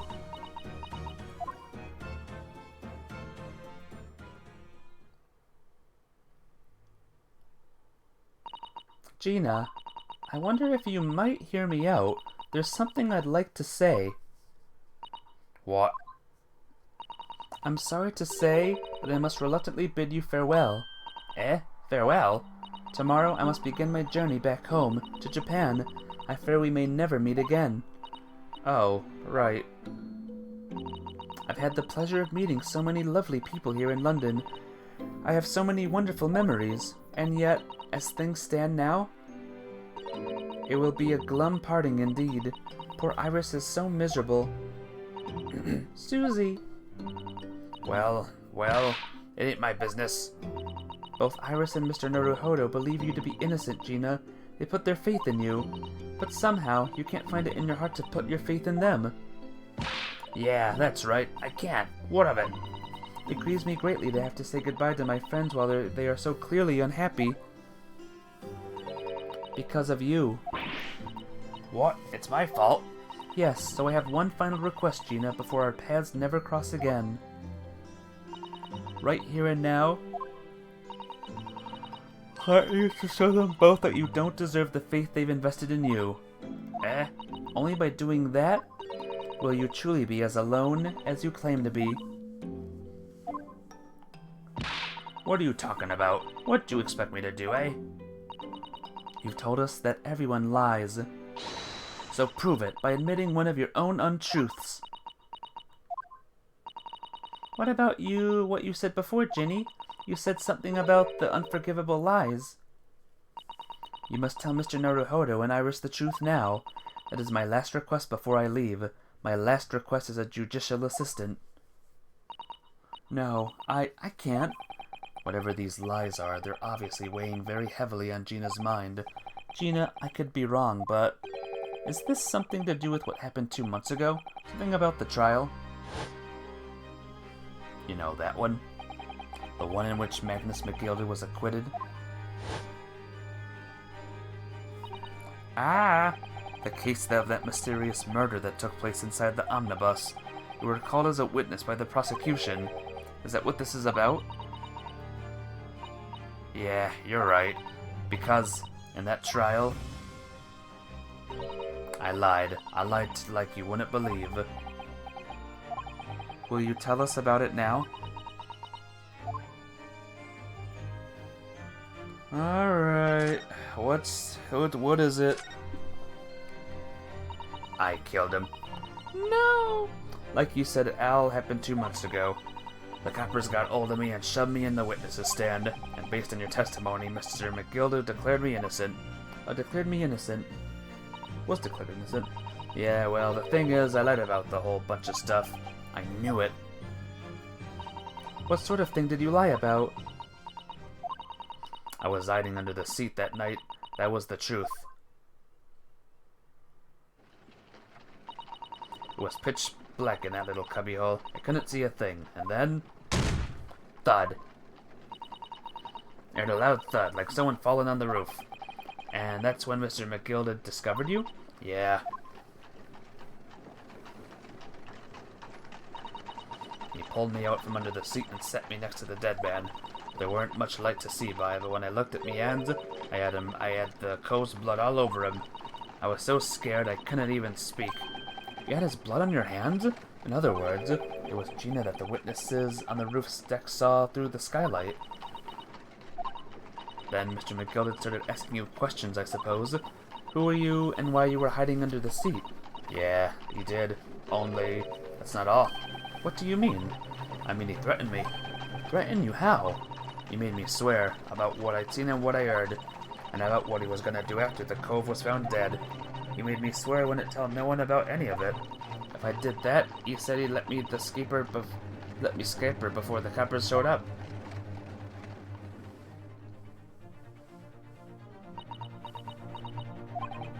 Gina, you must tell me what you swore to your secrecy about.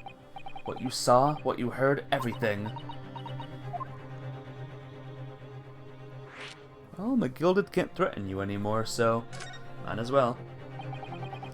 You said McGilda made you swear not to tell anybody what you saw, but you were in the pitch black compartment under the seat the whole time, weren't you? Yes, with Mr. McGilda sitting above your head, if I remember correctly. Yeah, that's true, but it was when I heard the thud of the cove in the floor. I let out a little scream, see? Couldn't help it. McGilda heard that and dragged me out by me arm, and that's when I saw it. It was on the floor next to the old geezer what had been stabbed. A disc, all bright and shiny. A disc? Do you mean? Yeah, that's it. The one what the D took off me at the Windibanks. So the music box disc was there, on the floor of the omnibus? Not for long. McGilda spotted it straight away. He picked it up smartish and stuffed it inside in his inside pocket. So that disc was in the omnibus 2 months ago at the scene of Mr. Mason's murder, and the bog trotter told me I weren't to mutter a word of it to no one. But what is it? 'Cause it was so dark under that seat in the cab, I was straining me ears the whole time. After a while, I heard the door and footsteps inside the cabin. Presumably, that was McGilda getting on board. Nah, not only him. Oh? 'Cause I could definitely make out the footsteps of 2 people. In that case, it would seem likely that it was Mr. McGilda and the victim, Mr. Thrice-Fired Mason. In his testimony during the trial, Mr. McGilda claimed he slept during the carriage ride. But whenever I'm in a carriage, I've taken with a fierce tiredness, and I always succumb to it. And your own testimony, Gina, supported this. All I could hear was the Irishman snoring.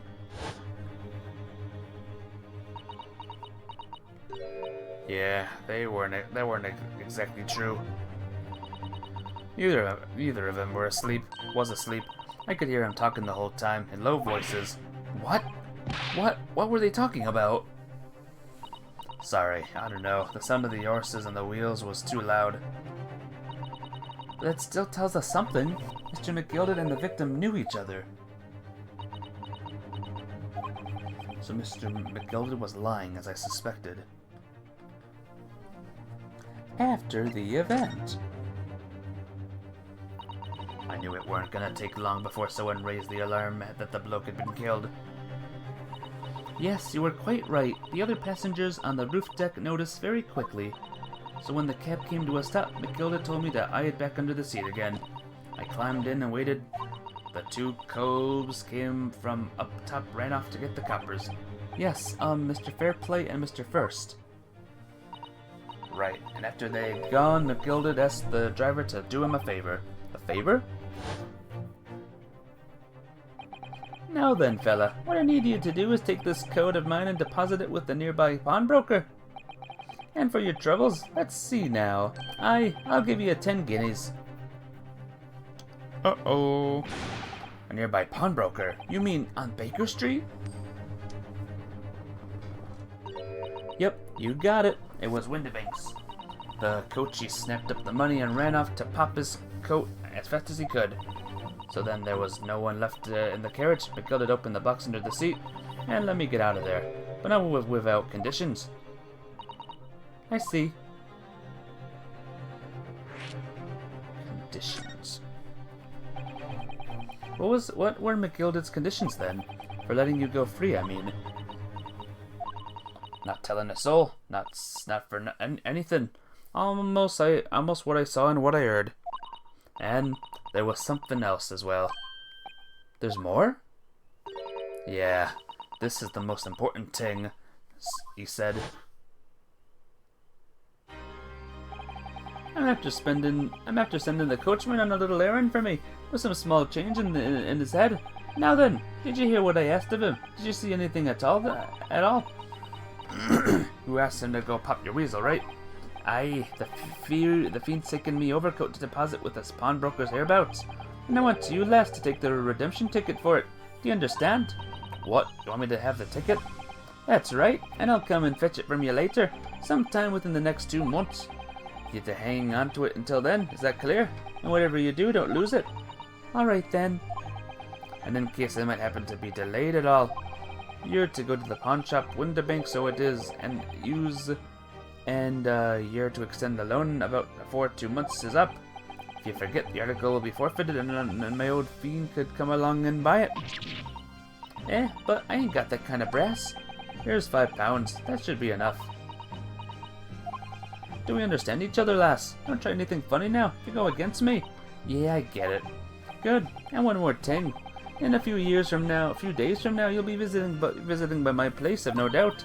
The coppers? Aye, they'll come asking you to take the stand in court, testify as a witness. So let's just have a wee chat about that, shall we? What is it that you might say? And what it is that we won't?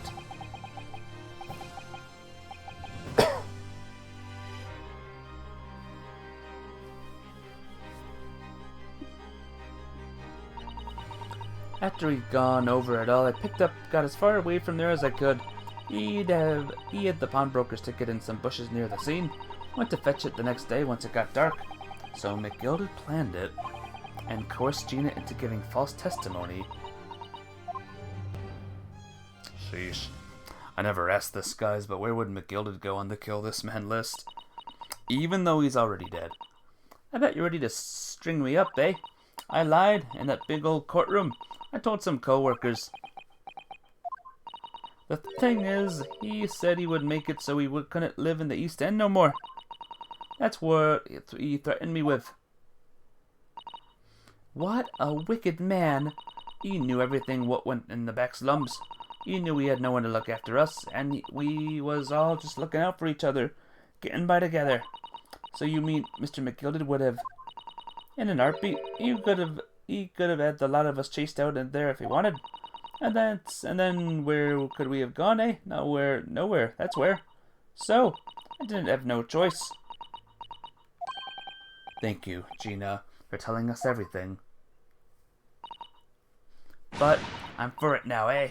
Go on, admit it. You must be livid. Well, you can make amends by doing me a simple favor. A favor? What? Sign the representation papers for tomorrow's trial. If you don't actually want me to represent you in court, you can rip it up later. But we need that paperwork or we can't investigate. The police won't let us. Investigate what? The scene of the incident last night. Mr. Sholmes was shot, you see. You what? Hurley's having a big operation right now, Jenny. Is it bad? Is he gonna be alright? Sholmes is gonna be alright, right? That's what I want to investigate, for Mr. Sholmes' sake as much as anything. Right. So what you're saying is if I sign that bit of paper, everyone's happy, is that it? Something like that. Miss Susato? Yes, of course. I have the representation papers here.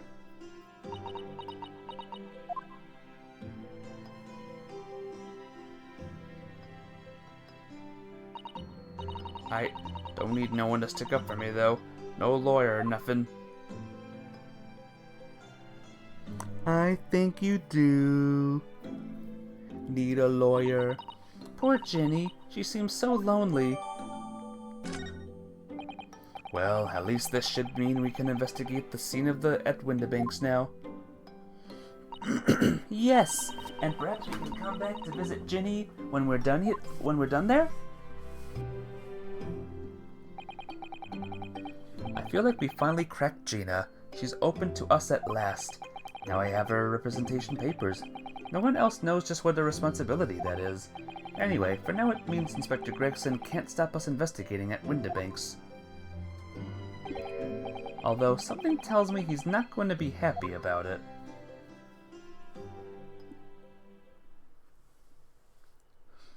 To be continued.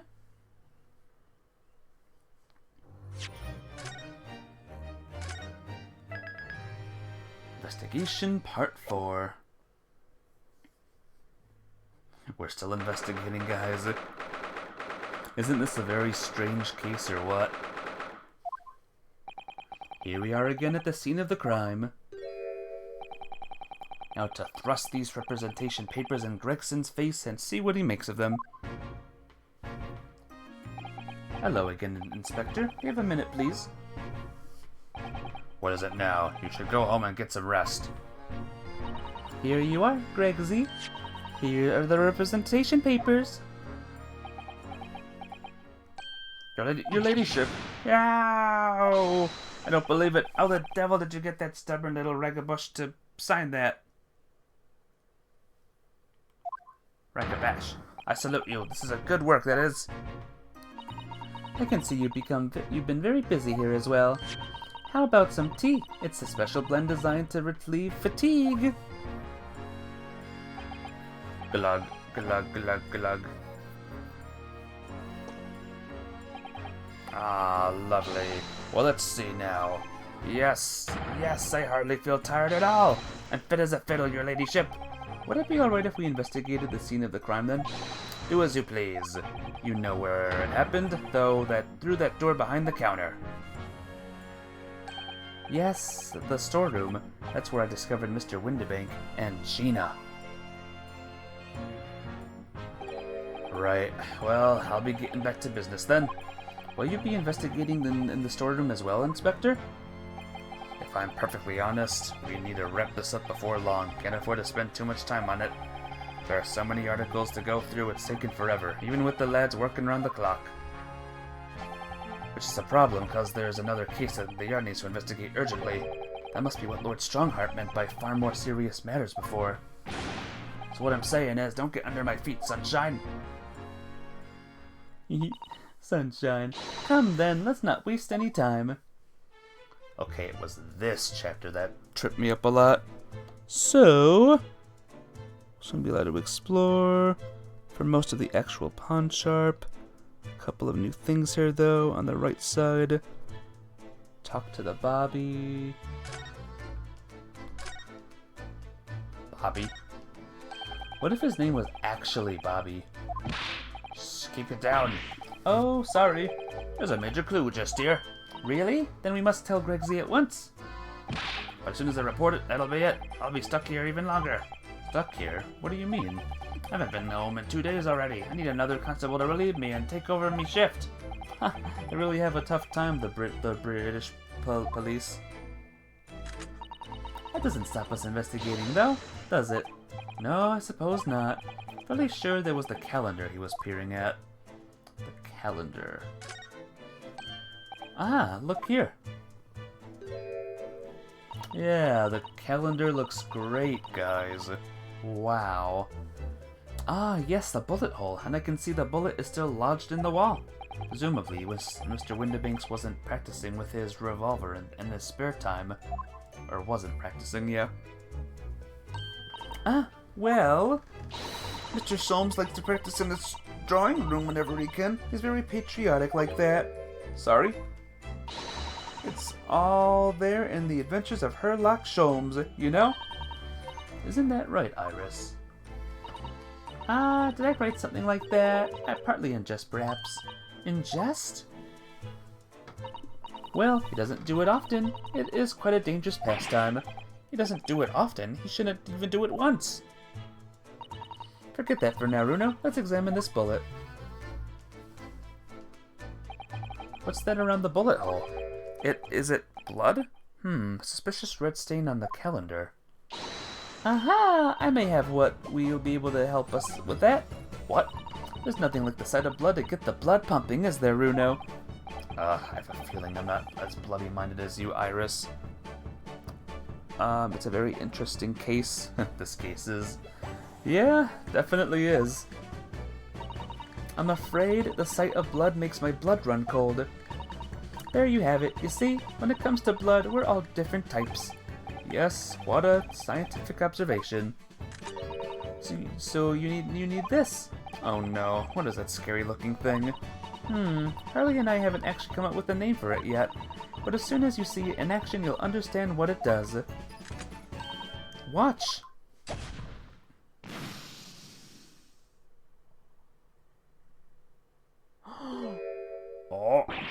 Oh, the color of the bloodstain has changed. There, does it make sense now? Yes, I think I'm starting to understand. Good, it works on the principle that different people have different types of blood, you see? Yes, how wonderful. The chemical it fires combines with the blood and makes it change color, so you can identify whose blood it is that you're looking at, and in a flash. Is that a real thing in real life, guys? The hemo type stuff? I don't know. Hemoglobulins. Isn't that a D&D muster, the hemogoblin? What a fabulous invention, Iris. Isn't it? Isn't it? I bet Jenny would say it's bleeding great. So, whose blood are we looking at, then? Well, all the chemical does is turn the blood a different color, so... Just find someone whose blood turns the same color and you'll know who it belongs to. In a flash. Kinda, sorta, you remember the stuff that makes blood show up blue in the other games? I do. But this one just shows up in like all different colors depending on the person. Very different. More like 2 flashes, really, isn't it? 1 flash or 2, this could well turn out to be a very valuable clue. So we must make a note of it in the court record. Let's keep testing and adding the results of any other blood analysis to the portfolio. As long as I have to read left, sure. Okay. Calendar. It's bloody. Iris, bring out her gun. Give us a demonstration. Head to the left. And look at the desk. There's an article ledger here and Mr. Windibank's notes and... What's this? It looks as though someone has left a little photographic print behind. Oh, look at the back. There's some writing. Is there? Oh, show us, Susie, show us! 15th February, 10:30 p.m. Article deposited. One gentleman's coat. Surprisingly, no, the Hemogoblin isn't a D&D thing. It was a DC comic thing. Oh, a DC comic thing. it was a minor villain in a small, really poorly written and poorly thought out series. He gives people HIV. Really? What a cool character they wrote. Good. People wonder why I never read the DC comics. Loan amount paid £1. Redemption deadline 15th April 10:30 p.m. A gentleman's overcoat pawned for £1. Clearly it was a very fine coat. In fact, I think, yes, they seriously did that. The same series had another villain that was powered by cocaine. Oh my gosh. Anything else? Any even more ridiculous superheroes? Or villains? Nope. Just those two. HIV and cocaine villain. Wow. Will they appear in movies? Yes, this must be the ticket for the overcoat that Ginny redeemed yesterday, and is still wearing, which belonged to Mick Gilded. I would never have expected the redemption ticket to be handwritten on the back of a photograph, though. It seems Mr. Windibank just used whatever piece of paper he happened to have to hand. But this photograph of a cat looks very familiar, doesn't it? I'm sure I've seen this exact same picture somewhere else recently. Oh, yes, you're right, very recently. It's the same as the one Ginny gave us earlier. Of course, I was forgetting that she gave us that print. Well, what are you waiting for then, Mr. Naruhodo? Get it out! Alright, let the cogs turn. Cogs turn. Movies, not likely, but the Cone Cake guy showed up back recently in the comics. He's kinda hilarious. That's funny. At least it's him appearing up and not the other one. Yes, they are exactly the same.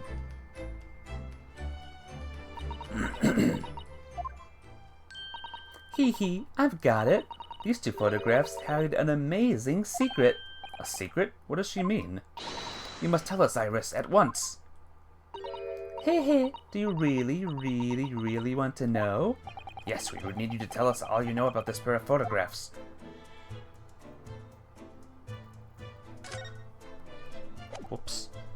Whoops. Converse. Pair of photographs. So Iris, about these two photographic prints. The one we found here on Mr. Windibake's counter, and the one Gina gave us before. What is this amazing secret you mentioned that's hidden between those two identical pairs? Actually, that's not quite right. Sorry. If you look carefully, the two prints aren't the same. Not exactly. They're not? Have another look at them now. The cat is kind of looking in different directions. Kind of. Can you see that they're just slightly different from each other? I think so. It's very subtle, though. But what's the reason for the subtle difference between the two prints? Well, it's because they're a set, you see. No, I don't. This pair of photographs is meant to be used in a stereoscope. Everyone in London is raving about them at the moment. You was told Captain Chips would go give a barbecue chip. Is that not true? That would be nice. A barbecue sounds great. A stereoscope. Why do I feel as though I've heard that word before recently? You heard it yesterday. Oh yes, that's what Mr. Shum showed us yesterday. You see? There it is, just over there. Yes, of course. That magical machine that makes pictures look almost real enough to touch. Little early in the year? Yeah, that's the problem, little early. Hee. Well, actually... Sorry if there's a loud noise, guys. It's quite possible to see the same death in pictures even without one of the two contraptions. What? Really? Do you know how a pair of flat photographic prints can appear to have any depth in the first place? No, I have no idea. Oh, wonderful. Then I'll be able to tell you. She's over the moon, bless her. Should we let her explain, though? We really need to carry on investigating the scene. I, for one, simply have to know. Alright. How do they work? Can't wait to barbecue ribs. Does sound good. Have you ever considered, Runo, how our eyes see death in the world around us? Well, I just open them, and it works. But the reason it works is because we have two eyes. 2 eyes? Shocking. Seriously, guys, close one eye, and then close the other one, and you'll see like a whole different world. If you try closing just one eye at a time, I think you'll see straight away. What you see with your left eye, and what you see with your right eye are ever so slightly different. You get a different view with each eye. Yes, the position of objects seem to shift slightly. Exactly, And in your head, your brain uses that shift to examine the death as it merges the two views into one. That's how we can sense death in everything we see. Ha! My brain really is amazing, isn't it? It does so much without telling me. Ah, I think I see. So the pair of photographs consists of the left eye view and a right eye view. Is that right? And hamburgers with all the fixing.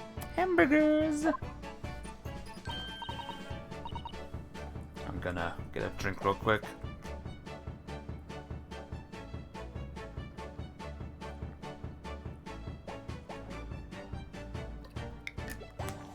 What if the world as we know it, guys, looks different? Like, always look different. Wouldn't that be crazy? What do you usually barbecue, Ultima? What's your favorite? At family cookouts, With the rare ones that we have, I like hot dogs.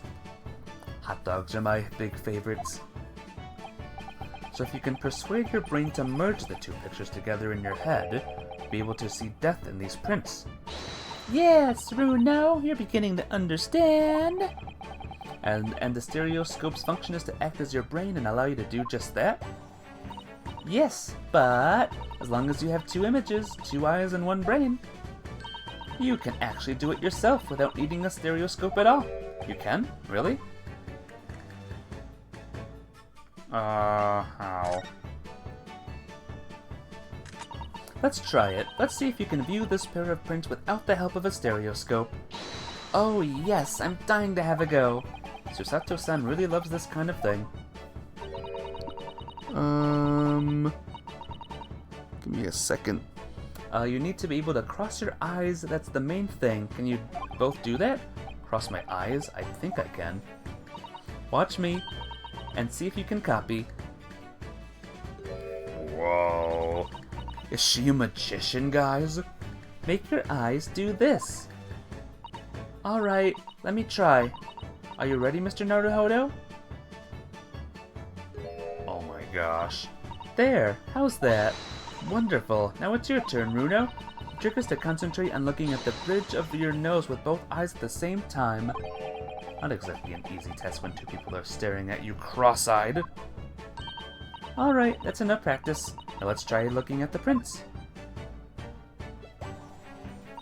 Start by staring at one print and slowly cross your eyes. Whoa. Holy crap, guys. You see two overlapping images like this. Here, try it now, Runo. I'm just going to have to give it a try, I suppose.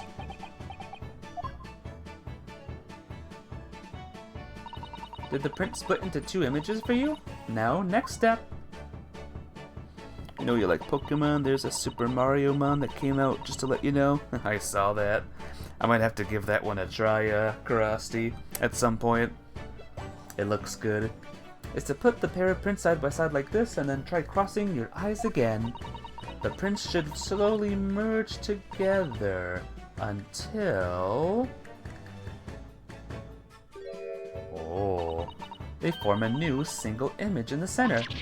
Oh yes! Mr. Naruhodo, it works! I can see it in the middle now. It looks so real. Oh, I could look at it all day. I want to advise that your eyes might start to hurt. Your turn, Runo. Nah, I'm good. Perhaps pretend you're looking through two pictures and slowly cross your eyes. Keep adjusting the position of your eyes until the two images overlap exactly in the middle. Like this is it? Yeah, I'm good. No thanks. There, you managed it. So now you know how stereoscopic images work. Well, I don't know who discovered it, but it really is quite extraordinary.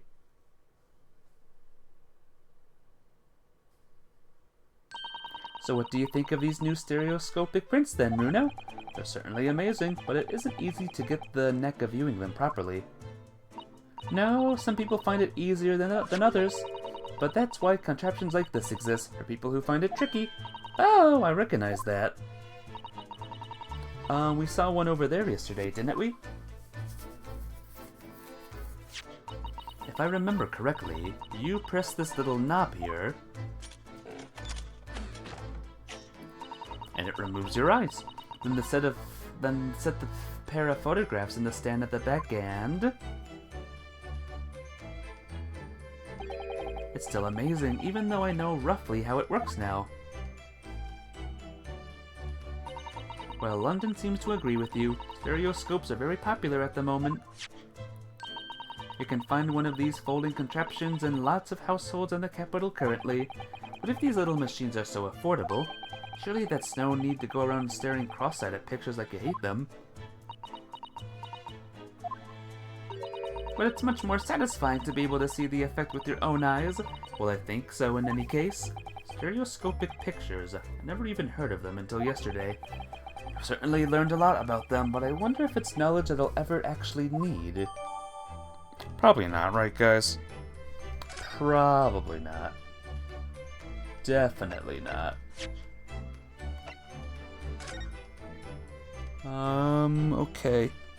Examine the new evidence. This is the ticket that Gina brought in here yesterday. Yes, having been entrusted to her by Mr. McGilder 2 months earlier. Article deposited when gentleman's overcoat. And the other redemption ticket was in the pocket of that coat. Yes, for a small box deposited 2 days before the omnibus incident. Could that have anything to do with all this? Examine the new evidence. There's also a claim ticket and has blood on it. Mr. Naruhodo, I don't know if you've noticed, but there's something rather troubling here. I have noticed. The red smear, you mean? Yes, it looks like blood, doesn't it? I wondered if Susato-san had picked up on that. Well, in that case, yes, we need Iris. We should show this to her before we forget.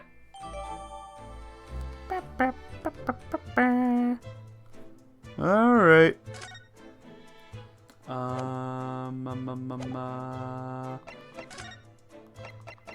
Take that. Oh, this looks like blood. Hey, Pixel Remy. Good evening. How you doing today? How's life treating ya? I would say it's from a glove finger. Almost certainly a glove made of leather. Well, don't worry, Runo. You can leave the rest to me. Bang. It's good to see you here tonight. I hope all's treating you good. Look at that. Yes, that's the color we haven't seen before, isn't it? Recently, must add it to the portfolio of blood samples. It could be an important clue. Although, it would be nice to find out whose blood these different colors correspond to at some point. Well, this particular stain of blood... Oh, you've had an idea, haven't you? Do you know whose blood this is? I think I do. I think I do. Yes, I have an idea whose blood it is. Not from the color it turned, but with a little deduction. That's right, I think it's clear. Iris, you know as well? You first, Runo. Who do you think it belongs to? Alright, I believe this is the blood of... Give me a second, guys. Okay. It's... Boop. Boop. Burp. But yeah, how's life been treating you today, Pixel Remy? I hope all is good. Thrice fired, Mason? You don't sound very sure of yourself, the way you trailed off there. Alright, give me a second, guys. Okay. Well, it was 2 months ago now, that case. Busy day, you're just mining in Minecraft. Nice. Taking a break in Minecraft from a rough day. Well, not rough, but busy. Hope it was a good kind of busy, though. And of course I'd never met the victim, so I'm struggling to remember his name. It was definitely thrice fired, though. The victim of the omnibus case? Yes, his name was indeed Mr. Thrice Fired Mason. But that would mean that this bloodstain was left on the ticket 2 months ago. Yes, I think it was. Gina brought this ticket here to Windibanks yesterday. I'm suggesting that the bloodstain was already on it at the time, so it's a smear of blood from the time that Mr. Mason was killed 2 months ago. Something else is coming back to me now. Mr. McGilded was also wearing leather gloves that night. Now I ask you, whose good-hearted soul wouldn't rush to help a fella bleeding from his stomach? I wasn't allowed to start worrying about me gloves now, was I? I reached out to give the man a hand. It certainly does look like a leather glove thumbprint, this mark, but we know that Mr. McGilded has no injuries at the time anywhere on the body, from which we can conclude that any blood on the glove belongs to the victim, Mr. Mason. Mr. Naruhodo, you sounded just like Mr. Sholmes. Minus the quirky slip-ups, I hope. Yes, I think you're right, Rude No. Very well. Let's make a note of this. Yay. Yay.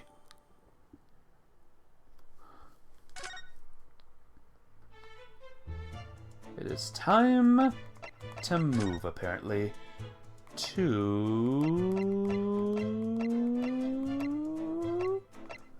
Wait. Now we need to move to Windibake's storeroom to continue.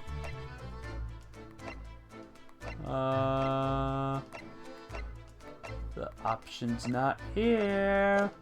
Which means I'm gonna assume we have to look at it here. Behind that door is the storeroom, isn't it? That's what Grexy said.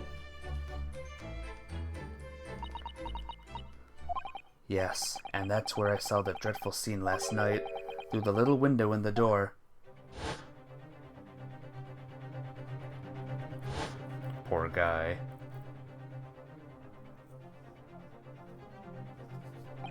Mr. Windibank, face down on the floor, with Gina beside him.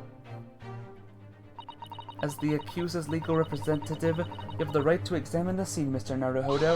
You must make a thorough investigation. Yes, of course, and we will. Behind that door, that's the real scene of the crime. Don't worry, if there are clues in there, I'll find them.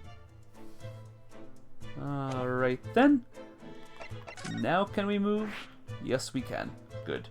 Good, good, good.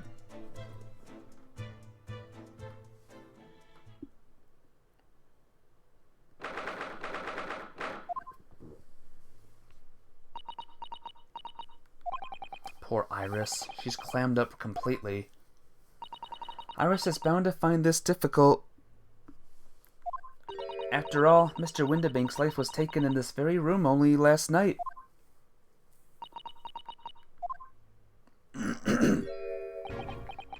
Hello, Gregson. Ah!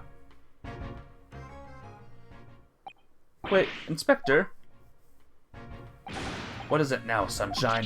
You took one look at me and tried to run away. You think a Scotland Yard inspector would run away from some jumped-up little defense lawyer, do ya? Well... I've never seen her ladyship looking like that before, is the thing. I didn't know what to say to her. So you weren't running away from me, you were running away from a 10-year-old. Yeah, normal. I'm afraid this is all a little much for young Iris. Some gentle reassurance might go a long way, perhaps, Inspector.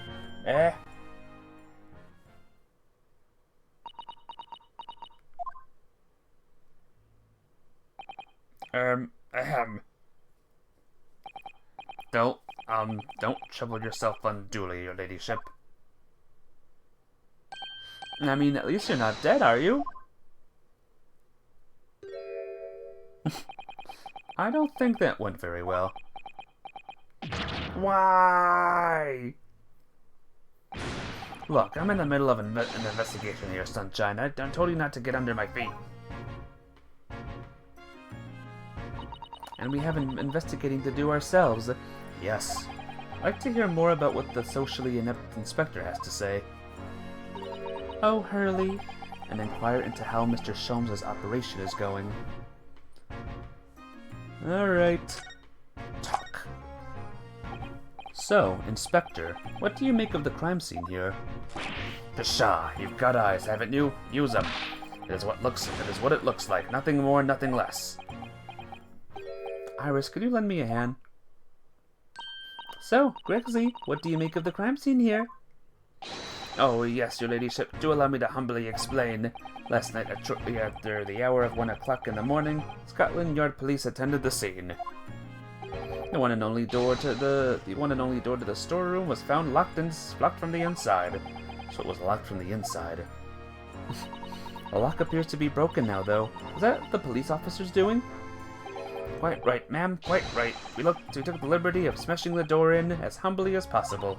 Oh. As you can see, the victim was discovered prostrate on the floor. Thuswise. Next to the aforementioned body, we discovered the vile gutter child. You're talking about Jenny? She's my friend, you know, Inspector. Miss Lestrade, the hapless girl, was curled up in the floor, dead to the world. She's still alive, you know. Yes, when I saw her, she appeared to be unconscious. I'm afraid to say she had the gun that was used in her hand. No! Presumably, it's the gun that's still down there on the floor now. In her pocket, we found the key to the door as well. What? The key to the storeroom? And you say the storeroom had been locked from the inside, Inspector? Correct. All of which leaves her ladyship's friend. It's something of a sticky situation, I'm afraid. Obviously, my personal opinion is that it's all some sort of misunderstanding. Of course it is, Inspector. Of course it is. How about the operation? Grexy, do you know anything about Hurley? Is the operation finished? Is Hurley alright? Is he? The thing is, Don't mince your words, Inspector, please. You don't mean to say that Mr. Sholmes is... No, the operation's done and dusted.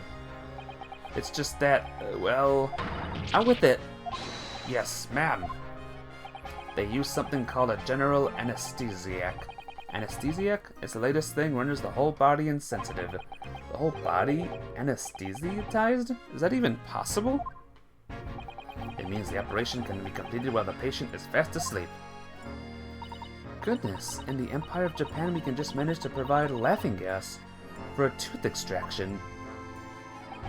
The trouble is, the latest thing isn't always the greatest thing, if you follow my meaning. They couldn't get the medication to work at first, so it took hours for him to nod off, or so I hear. Now that the dop's finished, they can't get him to wake up, apparently. Oh my! No one knows if it's the anesthesiac still in the system, or if the bloke's just plain exhausted. But anyway, all they can do is stand back and watch until he comes around again. Hurley! The moment he opens his eyes, your ladyship, I swear I shall get word to you. What a surprise. Even in matters of life and death, Mr. Sholmes has to do things his way. Okay. Let's explore. Or examine. You know, the blood. The police have marked the position of the body with a chalk line.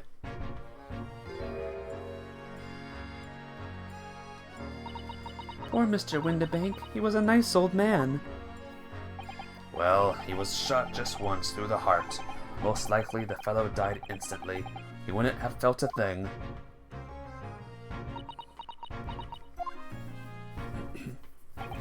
This must be his blood then. Ah! I don't like to ask at such a wretched time, Iris, but I wonder if perhaps... Don't worry, Susie. I'm ready for action. Bang. It's... blue. So, now we know the color of the chemical turns when it reacts to Mr. Windibank's blood. And it doesn't match our analysis of the blood stain we found in the main shop. No, but let's add this sample to the others we've already collected anyway. Okay. Alright. Next is... click it again? Really? Iris? Don't worry, I'm alright. But we must find the true culprit. Yes, absolutely. Examine the gun. This is a revolver, a real one. And quite possibly the murder weapon used to take Mr. Windibank's life. What's the matter, Susie? You and Bruno look like you're about to faint. Well, it's just that I've rarely seen a gun in the flesh, and I've had issues with guns in the past. But anyway, we saw Mr. Windibank with this yesterday, didn't we?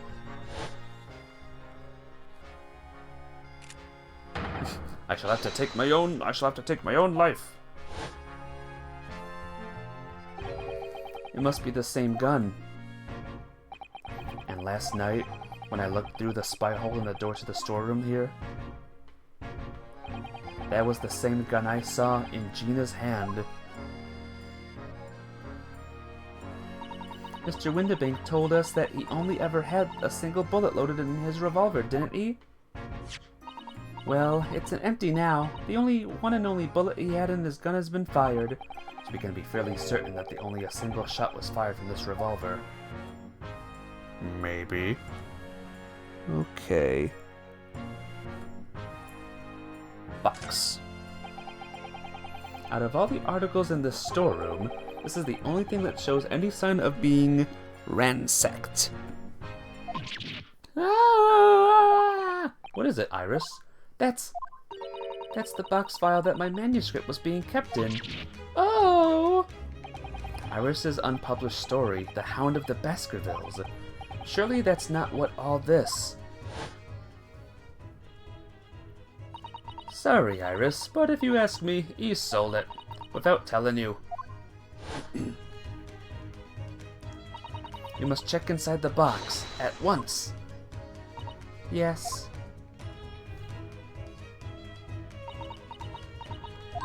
Ah! It was there. Iris's story was there. Really? It was? Well, that's good news, isn't it, Iris? Yes. I mean, of course I believe Hurley when he said he deposited it here, but still, it's a relief to actually see it. Really? Because that's not a very well hidden frown. Iris's manuscript has been entered. Good. Alright. We're not quite done. Okay. Hey, Gregson.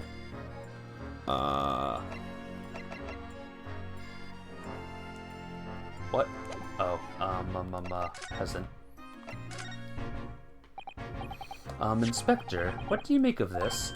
What have we here then? A redemption ticket from an article deposited here, is it? Looks like someone ran out of the office stationery and wrote the ticket on whatever paper was, to hand.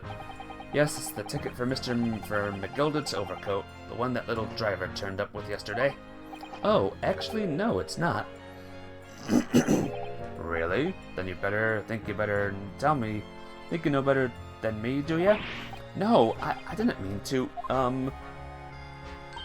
Your nose right, Gregsy. It isn't the same ticket.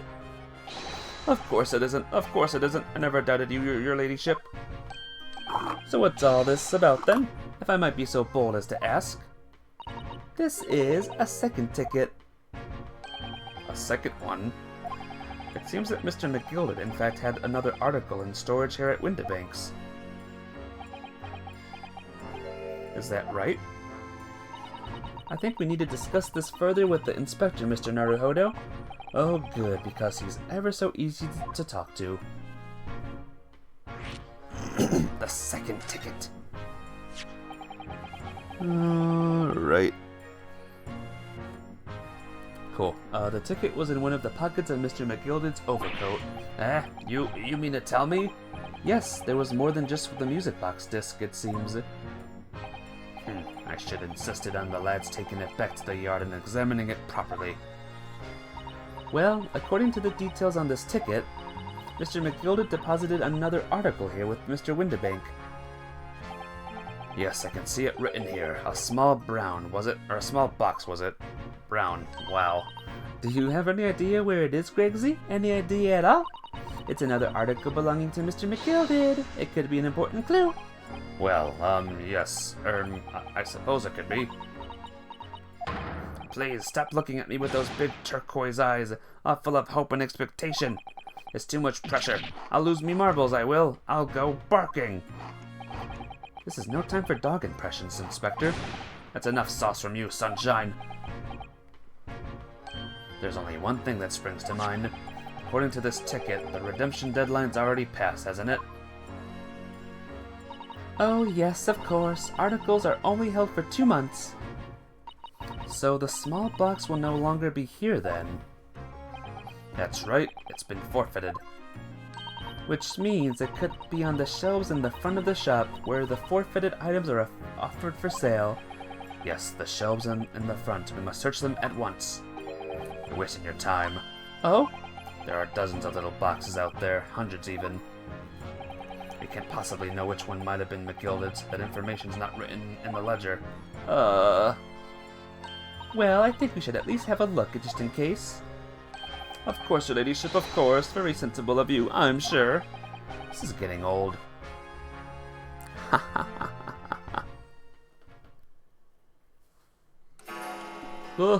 Dong, dong, dong. Ah! I nearly jumped out of my skin there. How can Mr. Windibank set such a wicked trap? I don't even set it out to scare anyone. Is that really the time? I think perhaps we should pay Gina another visit soon. Oh? Her trial is tomorrow. We must establish whether or not you will be defending her.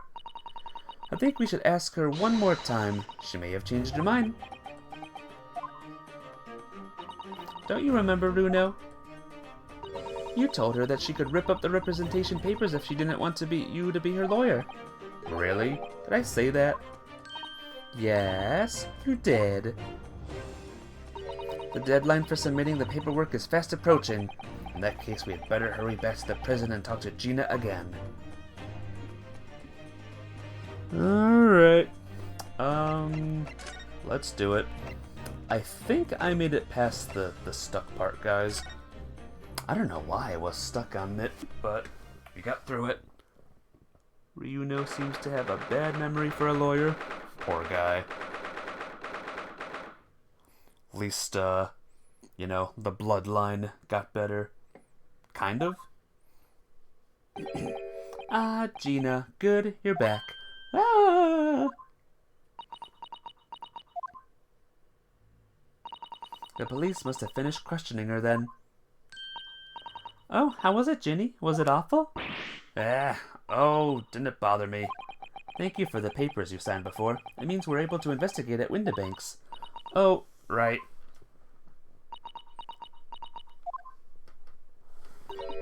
Don't you want to know how we got on? We've been ever so busy. What's the point in asking? Won't change what everyone's saying. That I did it. That's not... Gina, we came to ask for your final decision. What decision? About tomorrow's trial. Will you let me defend you or not? I must submit the paperwork now if you'd like Mr. Naruhodo to represent you. Right, I see. She really lost her fight all of a sudden. But I know what that feels like. The worry is just so hard to bear. Alright. Okay, what we've uncovered.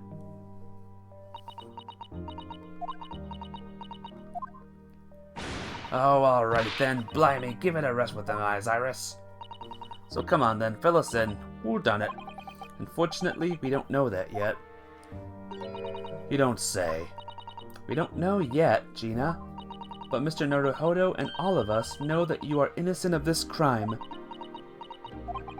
And while we haven't yet managed to work out who the real culprit is, There are a number of interesting facts that we have managed to establish. Oh yeah? Like what? Well, for example, the reason for your being here in the first place. I think I know why you broke into Windibanks that night. It looks like I'm going to have to take some evidence that clearly reveals the reason, and thrust it in Gina's face, or I could present it to her calmly, I suppose. It is time to thrust it! We found this in Mr. Windibank's storeroom, the manuscript of Iris's latest story. Oh! Oh, right. Well, that's good then. Curiously, the storeroom at Windibank showed no sign of being ransacked for items of value or the like. With one exception, the box file that housed this manuscript. It was you, wasn't it, Gina, who broke open the box containing the manuscript last night? Eh? You were determined to find out whether or not the Hound of the Baskervilles was really there. That's the real reason you broke into the storeroom last night, isn't it? Ah! Why don't you tell us what happened, please? Yeah, what's the deal? We already have the representation papers and other documents we need. All we have to do is hand them over to the court clerk. That is, if you'll allow me to represent you in court tomorrow. Nah, don't bother. Ginny! Rip them up and chuck them, would ya? Then those representation papers or whatever they're called. They still ain't fancy enough to have a bid. So, what will you do in court tomorrow? I'll be fine on me own. I don't think you will be. Look, it don't matter. What's gonna happen is gonna happen. This is one stubborn pickpocket. Right. Alright, yeah, this Baskerville story. It's the latest Sholmes adventure, right? But it ain't been printed yet. So I figured it's gotta be worth a fair few pieces of silver, right? Oh yes, at least 5,000 pounds. What? So, you intended to sell Iris's manuscript, did you?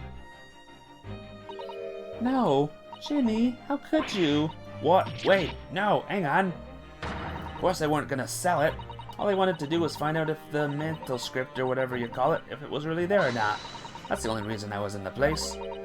For Iris's sake. Isn't that right? Ah. We knew why you'd done it from the start, Gina. Of course we did. But I knew you wouldn't do anything mean like that, Ginny. I just knew it. Well,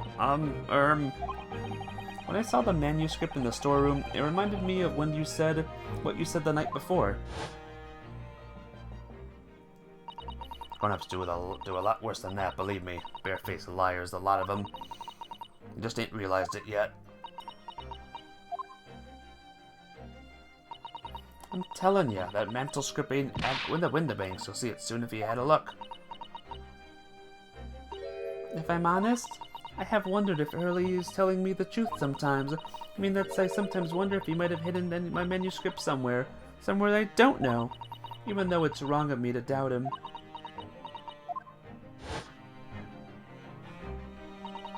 Oh, Ginny, that was so sweet of you. Alright. I'll tell you why I did it. Just stop looking at me like that, Iris. Yeah, reason for break-in.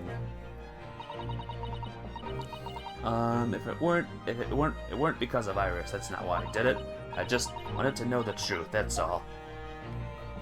I wanted to know if Mr. Sholmes was being honest, if he'd really deposited the manuscript at Windibanks. It's like I told you the night before. Never had a father. But Iris's lot ain't like mine. She's got her dad, only she can't see him. And I reckon that's gotta be harder. That's why she writes her stories. They're about her dad, really. That's what it sounded like to me anyway. Last night when I was listening to what you were saying. Stories about Daddy? You mean they're not in the adventures of a great detective?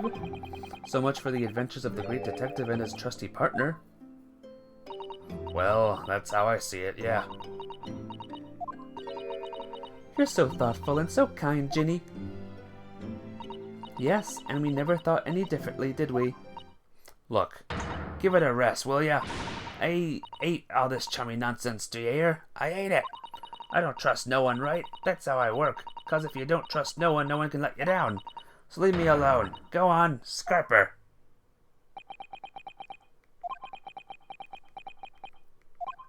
I hadn't noticed until now, but it's unmistakable. Right there on both sleeves of the overcoat. Oh. Are some very suspicious red stains. What? Why are you looking at me like that? I think I might be worth presenting some of our other findings in that area to Gina now. Present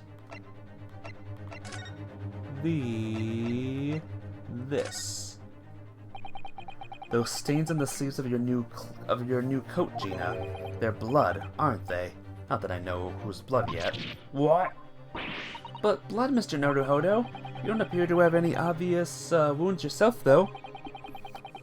So it could be blood that splattered from Mr. Windibank when he was shot last night? Let's not beat around the bush here. This trusty friend of mine will get results much faster than anything else. Take it easy, Iris. Nope. You're getting shot. I'm gonna shoot. Bang. Ooh, purple. A lot of purple. Oh! Oh my! What the? Forget the sleeves. This whole coat is covered in blood. Of course. The black color of the fabric was masking the stains. That's why we haven't seen them until now. And the blood that reacted with the chemical to turn a purple color, which matches one of the samples we've already collected perfectly. Yes, now let's see. Who had the purple blood? Aha, yes, it was the brickmaker, Mr. Mason, the victim of the murder case 2 months ago. I knew it. What? What are you all on about? The victim? What do you mean?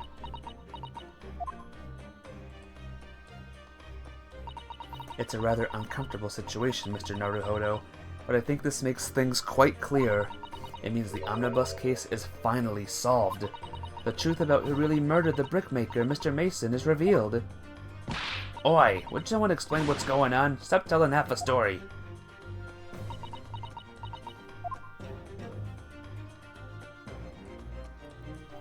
Well, the truth of the omnibus case.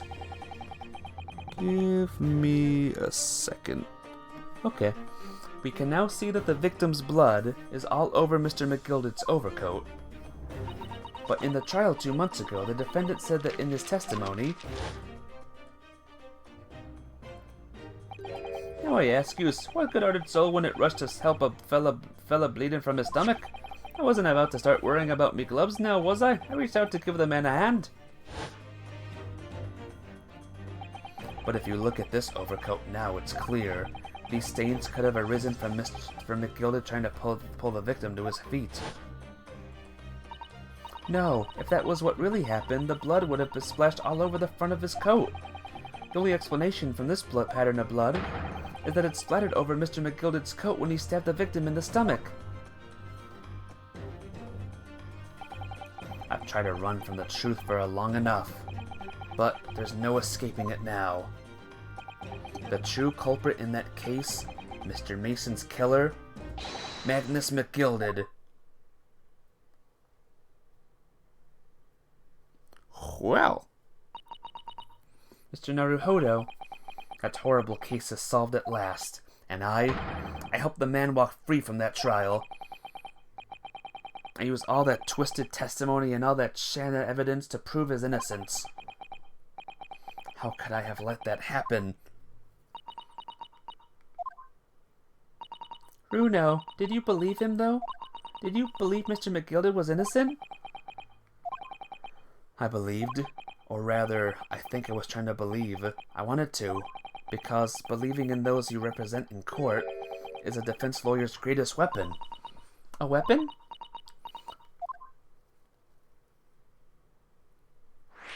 A lawyer's weapon. Before we came to Great Britain, a great friend of mine taught me a valuable lesson. You mean Kazuma-sama? Listen, Ryunosuke, we lawyers are only human. We can't know for sure what is the truth and what is a lie, which is why we must resort to our primary weapon. An unwavering belief in our clients. That's all we really have. Unwavering belief? Only when we truly believe what our clients tell us can we fight with everything we have for their cause. In any battle, there can be no victory without faith. Well, oil be hooked. Well, oil beef hooked. That is quite a phrase there. I love it. So I believe you unwaveringly.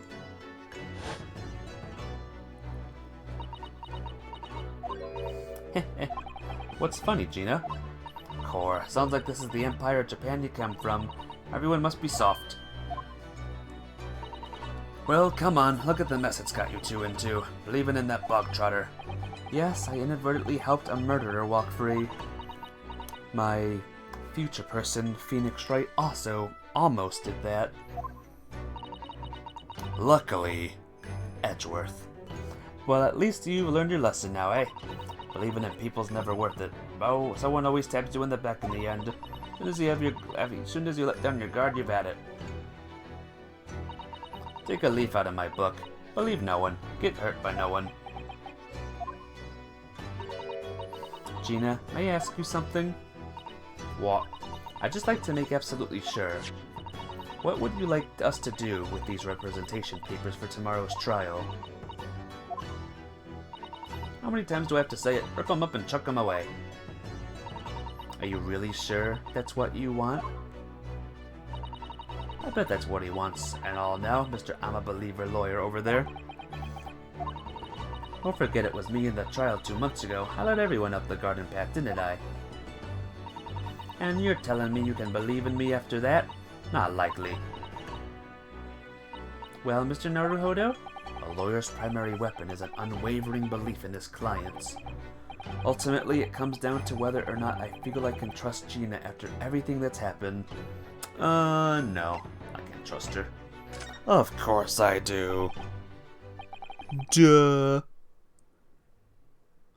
Alright. Oh, Gina, let me say it again. Please allow me to represent you in tomorrow's trial. Are you half-baked? Not at all. You've not once admitted to committing the crime, have you?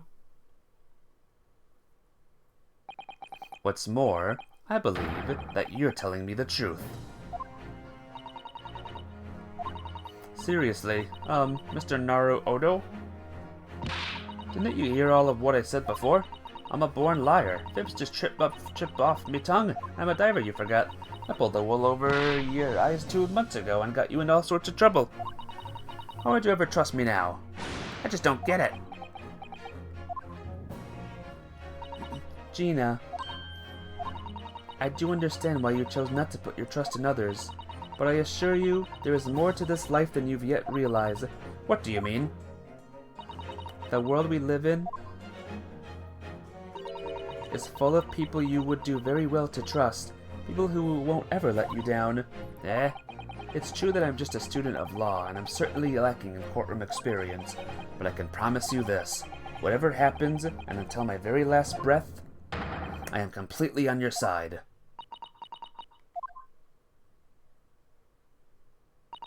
What do you expect me to say to that?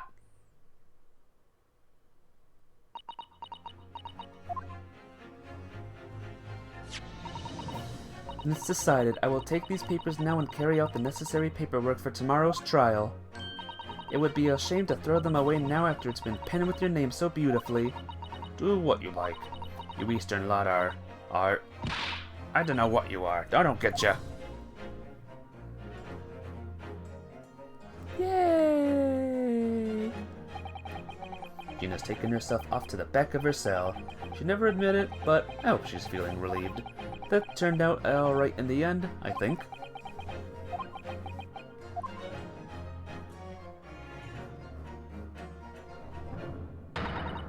Whoever's hiding there, show yourself at once.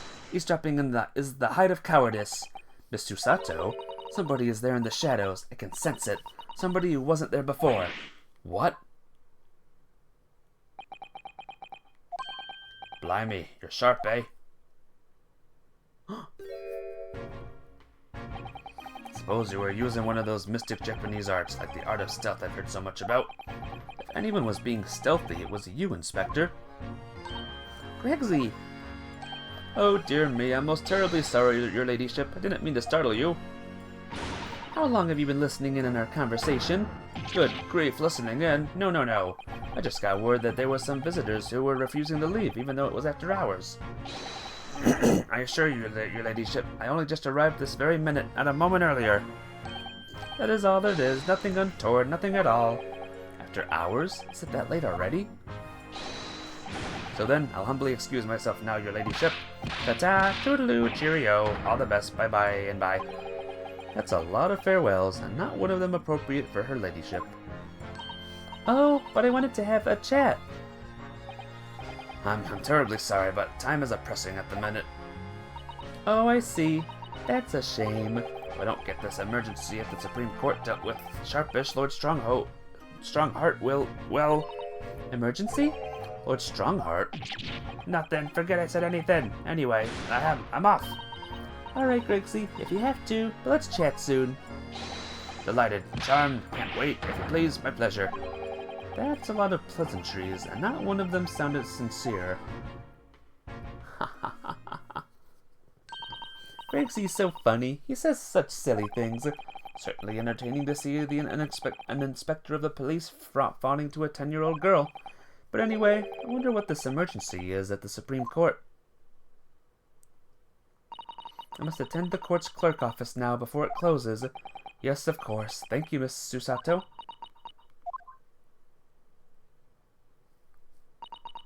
Kindly escort Iris home now, Mr. Naruhodo. I shall meet you there later.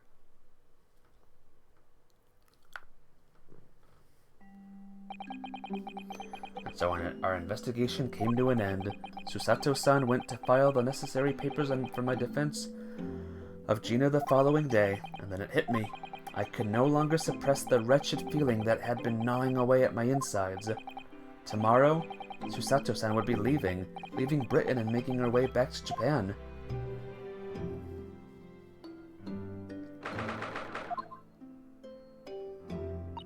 Naruhodo-san, it's been a very trying day, hasn't it? Hope you're not too exhausted.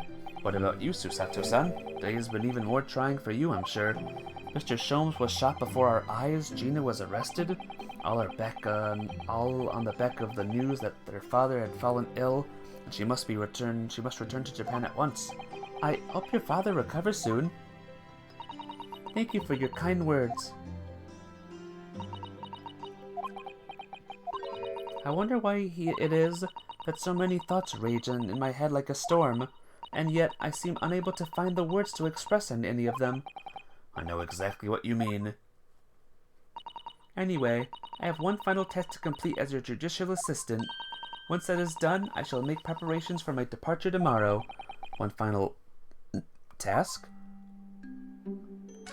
What's that? It's just 2 months since we arrived in London. We've managed to establish this office. It was finally feeling as though we were settling in. I would be lying if I said I felt no regret. I'm so sorry, Susato-san. It's just so sudden. I really don't know what to think. I've had no time to gather my thoughts. I know we've only been here a short time, but in my limited experience of the courtroom, I feel I've learned something. And what would that be? It seems to me there are many facets to people's personalities. Facets? And like a jewel, the light plays off them in complex patterns, illuminating their actions and their motives. But we see only a small number of the total facets, and what is illuminated is only a part of the whole story. What lies in the shadows? What do those facets we cannot see look like? Perhaps there are some parts we'll never lay eyes on, for as long as we live. That's so true. Sometimes I feel as though I'm blind to so much, but I keep hoping that one day it will all become clear. That all the facets will be illuminated also, and I'll finally understand how everything fits together. Naruhodo-san, suppose what matters is that we keep our eyes open and keep moving forward, even if the way sometimes seems dark. It's amazing to think it's just been 2 months. You've grown so much. What? Oh no, it was nothing. Unimportant. Really? So do you know what time you will leave London in the morning? Yes, I picked up my ticket earlier. I shall be leaving here at 4 a.m. I see. Well, I'll escort you to the station. Absolutely not. Sorry. I'm sure you realize why I cannot possibly let you do that. You have a very important day ahead of you tomorrow. Gina's trial. Yes, I know, but every word you utter will have the potential to determine Gina's fate. You must get as much rest as possible, even though, like me, I'm sure you will find it hard to sleep. But please, for me, do try. Okay. One task. Give me a second. Okay, you mentioned one final task a moment ago. What do you mean? Oh my, I nearly forgot. Please, I want you to have this. What is that? Some huge bundle of documents. It's my notes from the case 2 months ago. The murder that was committed on the omnibus. The McGilda case. It seems to me that this case of Mr. Windibank's murder, of which Gina is accused, is very much tied up with that omnibus case, in ways you are not completely apparent. I took the liberty of consolidating my writings about the case for you. With everything else she's had to think about, Susato-san still managed to do this, and all neatly laid out for me in her beautiful handwriting. It was my pleasure. I can only hope it will bolster your case tomorrow for Gina. Thank you so much, Susato-san. I'll use it wisely.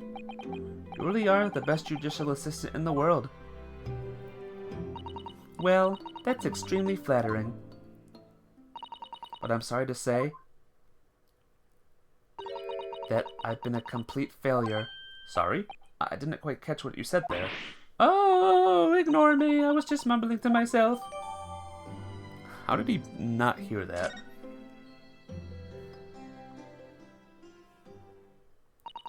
Well, it's getting rather late. I think you should go to bed now, Naruhodo-san. I must finish packing up my things in my room. Susato-san, I wish you the very best of luck tomorrow. Good night. Wait, there's something I need to say. Hiya! What? What was that? A secret technique of mine. The Susato shutdown. Shutdown?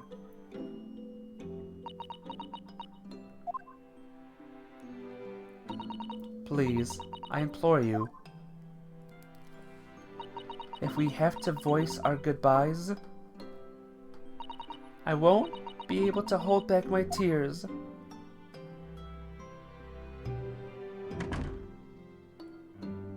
So I slept in that position all night. Susato-san.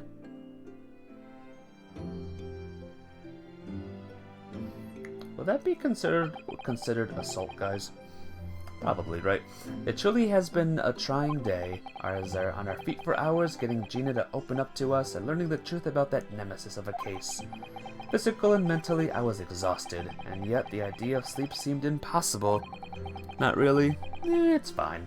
But I forced myself to close my eyes, and as a cacophony of scenes of our lives here in London played through my mind, eventually, my fatigue triumphed and I fell into a deep sleep.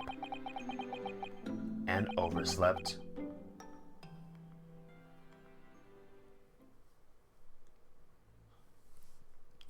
Good night.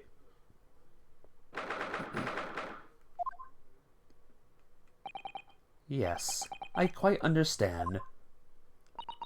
That is a great weight off my mind. What? Rest assured, I shall put everything in place exactly as we have discussed.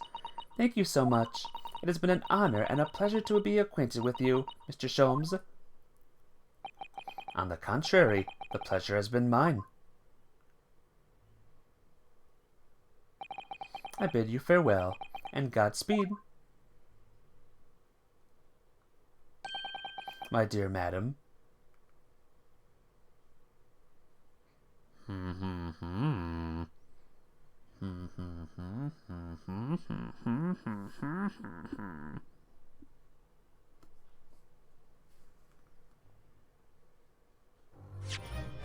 Alright, couple more minutes, guys. Let's dive into court. Welcome to the longest trial you'll ever see. When I awoke the following morning, Susato-san was already gone. Outside the window, the rain came down in sheets, and so began an even longer day than the last, one that I would remember for the rest of my days.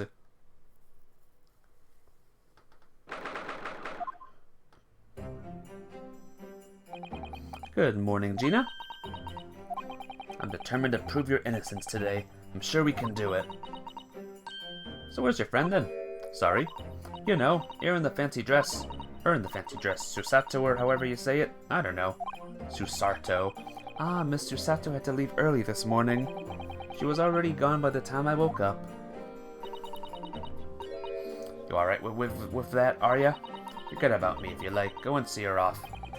It's fine. It's not as though Miss Susato and I won't meet again. One day. Even so. But you, Gina? You only get one chance. This trial today is all we have. Good morning, you two. How are you feeling, Ginny? Did you manage to sleep? Iris, what are you doing here? What do you mean? When a friend is in need, we show our support. Isn't that right, Waggy? Ah, Waggy! Great way to show your support, kitty. Our cat's allowed in court. Let him have a nose around. What harm can it do? Oh, that reminds me. I brought a paper on the way here. Now, would you like the good news or the bad news? What do you say, Runo? Ginny? Oh, well, I think I'd rather get the bad news out of the way first. Nah, always take the good news first. You might not live to hear the bad. Yes, that question always gives away people's personalities. Smoke grenades launchers apparently are, so... Yeah, but cats could have diseases or something. I don't know. Alright then, I'll give you the bad news first. A record amount of rain has fallen this morning, and the carriages are all over the capital are struggling to move. Huh? The bad news? Was a weather report? So I hope that Susie made her train to Dover that the train isn't delayed on its way to the port. Gosh, yes. Alright then, so what's the good news? Well, the rain is forecast to subside this afternoon. So even if the train is delayed, it should be able to make it up at later time. Well, that is good news, isn't it? I couldn't give a monkey's, really. If only all good news canceled out the bad. And look, the trial has made the headlines too. Pawnbroker perishes in pick purse plunder, see? Tisk, how do you like that? Well, let me say what they want, see if I care. I can't because you're covering your face. Don't worry, Runo will soon show everyone that this headline is nonsense. I will. And then in tomorrow's papers, the headline will be... Discharged diver is dauntless do-gooder. Isn't that right, Runo? Oh, yes, I hope so. Let's hope so. Of course they will. I have absolute faith in you.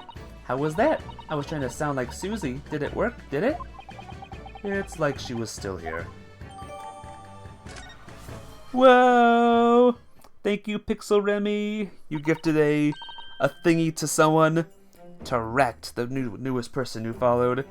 Thank you! You didn't have to! Thank you! Generous person, I appreciate you so much. You're the best. Good luck then, Runo. I'll do what I can. Obviously, I don't know if the law like Susie does. I don't know the law like Susie does, but still. I'll be by your side the whole time, giving you moral support and encouragement. I'm not sure that big thing is as comforting as you think it is, to be honest, but thank you, Iris. That's very kind of you. Oh yeah, Iris. Yes, Ginny? Well, I was wondering, is all, about Sholmes. Did they fix him up all right? Yes, the operation was a great success, but Hurley still hasn't come around yet. You're just sitting here listening and you appreciate your streams? Well, thank you. I'll stop by yours again soon, Pixel Remy. Have a good night, and I'll see you again soon. And once again, huge thank yous to ya. You're the best. Good night to ya! Asked a friend of mine at Scotland Yard to send a telegram as soon as he wakes up. I'm sure Gregson will let us know the moment there's news. Oh, right. No Susato-san and no Mr. Sholmes. It's all down to me today to prove that Gina is innocent of this crime. Mr. Gina Lestrade, counsel for the defense, the trial is about to begin. Please make your way into the courtroom. It's time then. Yes, let's go, Gina, Iris. Lead the way, Runo. Alright. We'll, stop when we enter the courtroom. Poor Gina. She's trying to put on a brave face, but I can tell she's worried and scared. I have to believe in her from start to finish. That's the weapon that will secure our victory here. If I learnt anything from my great friend, it's that.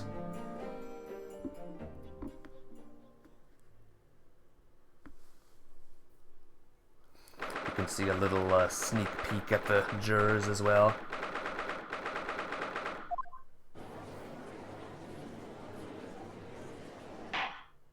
Or maybe not. Okay, I want to see the jurors first, and then we'll stop. In the name of Her Majesty the Queen, I hereby declare this court to be in session.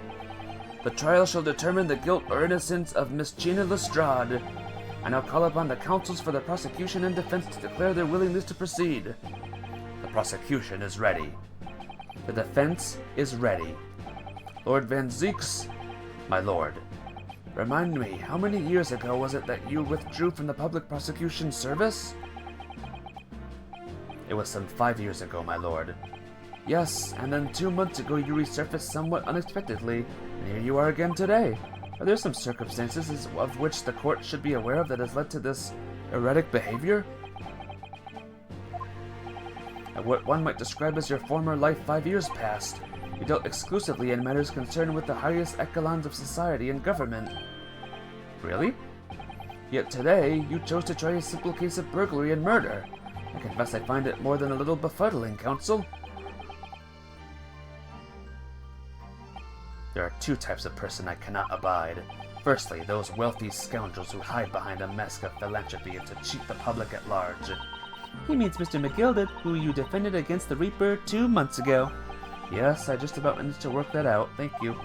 Magnus McGilded, if I'd known what a monster he was, I never would have defended him. And secondly, even more loathsome, those wily scoundrels who masquerade as allies only to effect total betrayal in the final hour. In other words, the confidence tricksters from those tiny islands from the far east, the Nipponese. What? Did he really just say that? He means you now, Runo. I actually managed to work that out too. Thank you, Iris. Total betrayal? What are you talking about?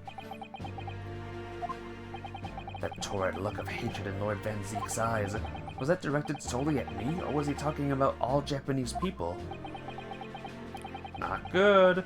An alarmingly unscathing explanation, Lord Van Zieks. Till the judiciary welcomes the return of the so-called Reaper of the Bailey, feared by all London's malefactors. Your lordship is too kind. Now, jurors, the 6 of you has been selected at random to represent the will of the people in this trial. Are you ready to hear the evidence placed before you and determine the guilt or innocence of the defendant? Former lieutenant in the British Army here, don't you know? Chaps like me were born ready. Hey, this guy's back. Clean crockery, clean cutlery, and a clean conscience. His lordship's motto is very appropriate here, I think. Hey, she's back. Few repeat faces. Yep. Everything will be stereoscopic in the future. Absolutely, absolutely everything, and I'm ready for it. I don't understand it. I can't have left it in there. It's not possible. But could I have? Woman indispensable in society. Stop. Female-centric future awaits. Stop.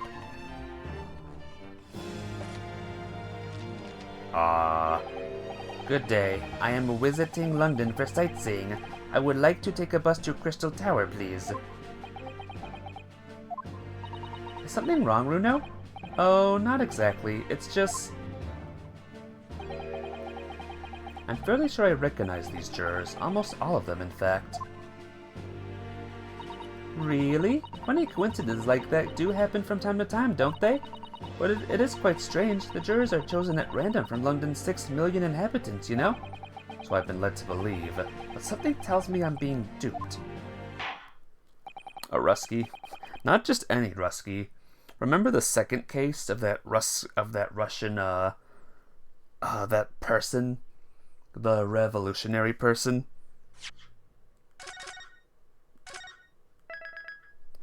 Anyway, guys, I'm gonna end the stream here. I'm gonna call it here. We have quite... well, that's him. In a normal court, would he be a juror, by the way? I don't know. But, I'm gonna call it here. We have a big case next week. A big court trial thing. So thank you for watching, guys. I hope you had a good time. Be awesome. Thanks for listening, and I'll see all of you on the tomorrows for Hello Kitty. Bye-bye!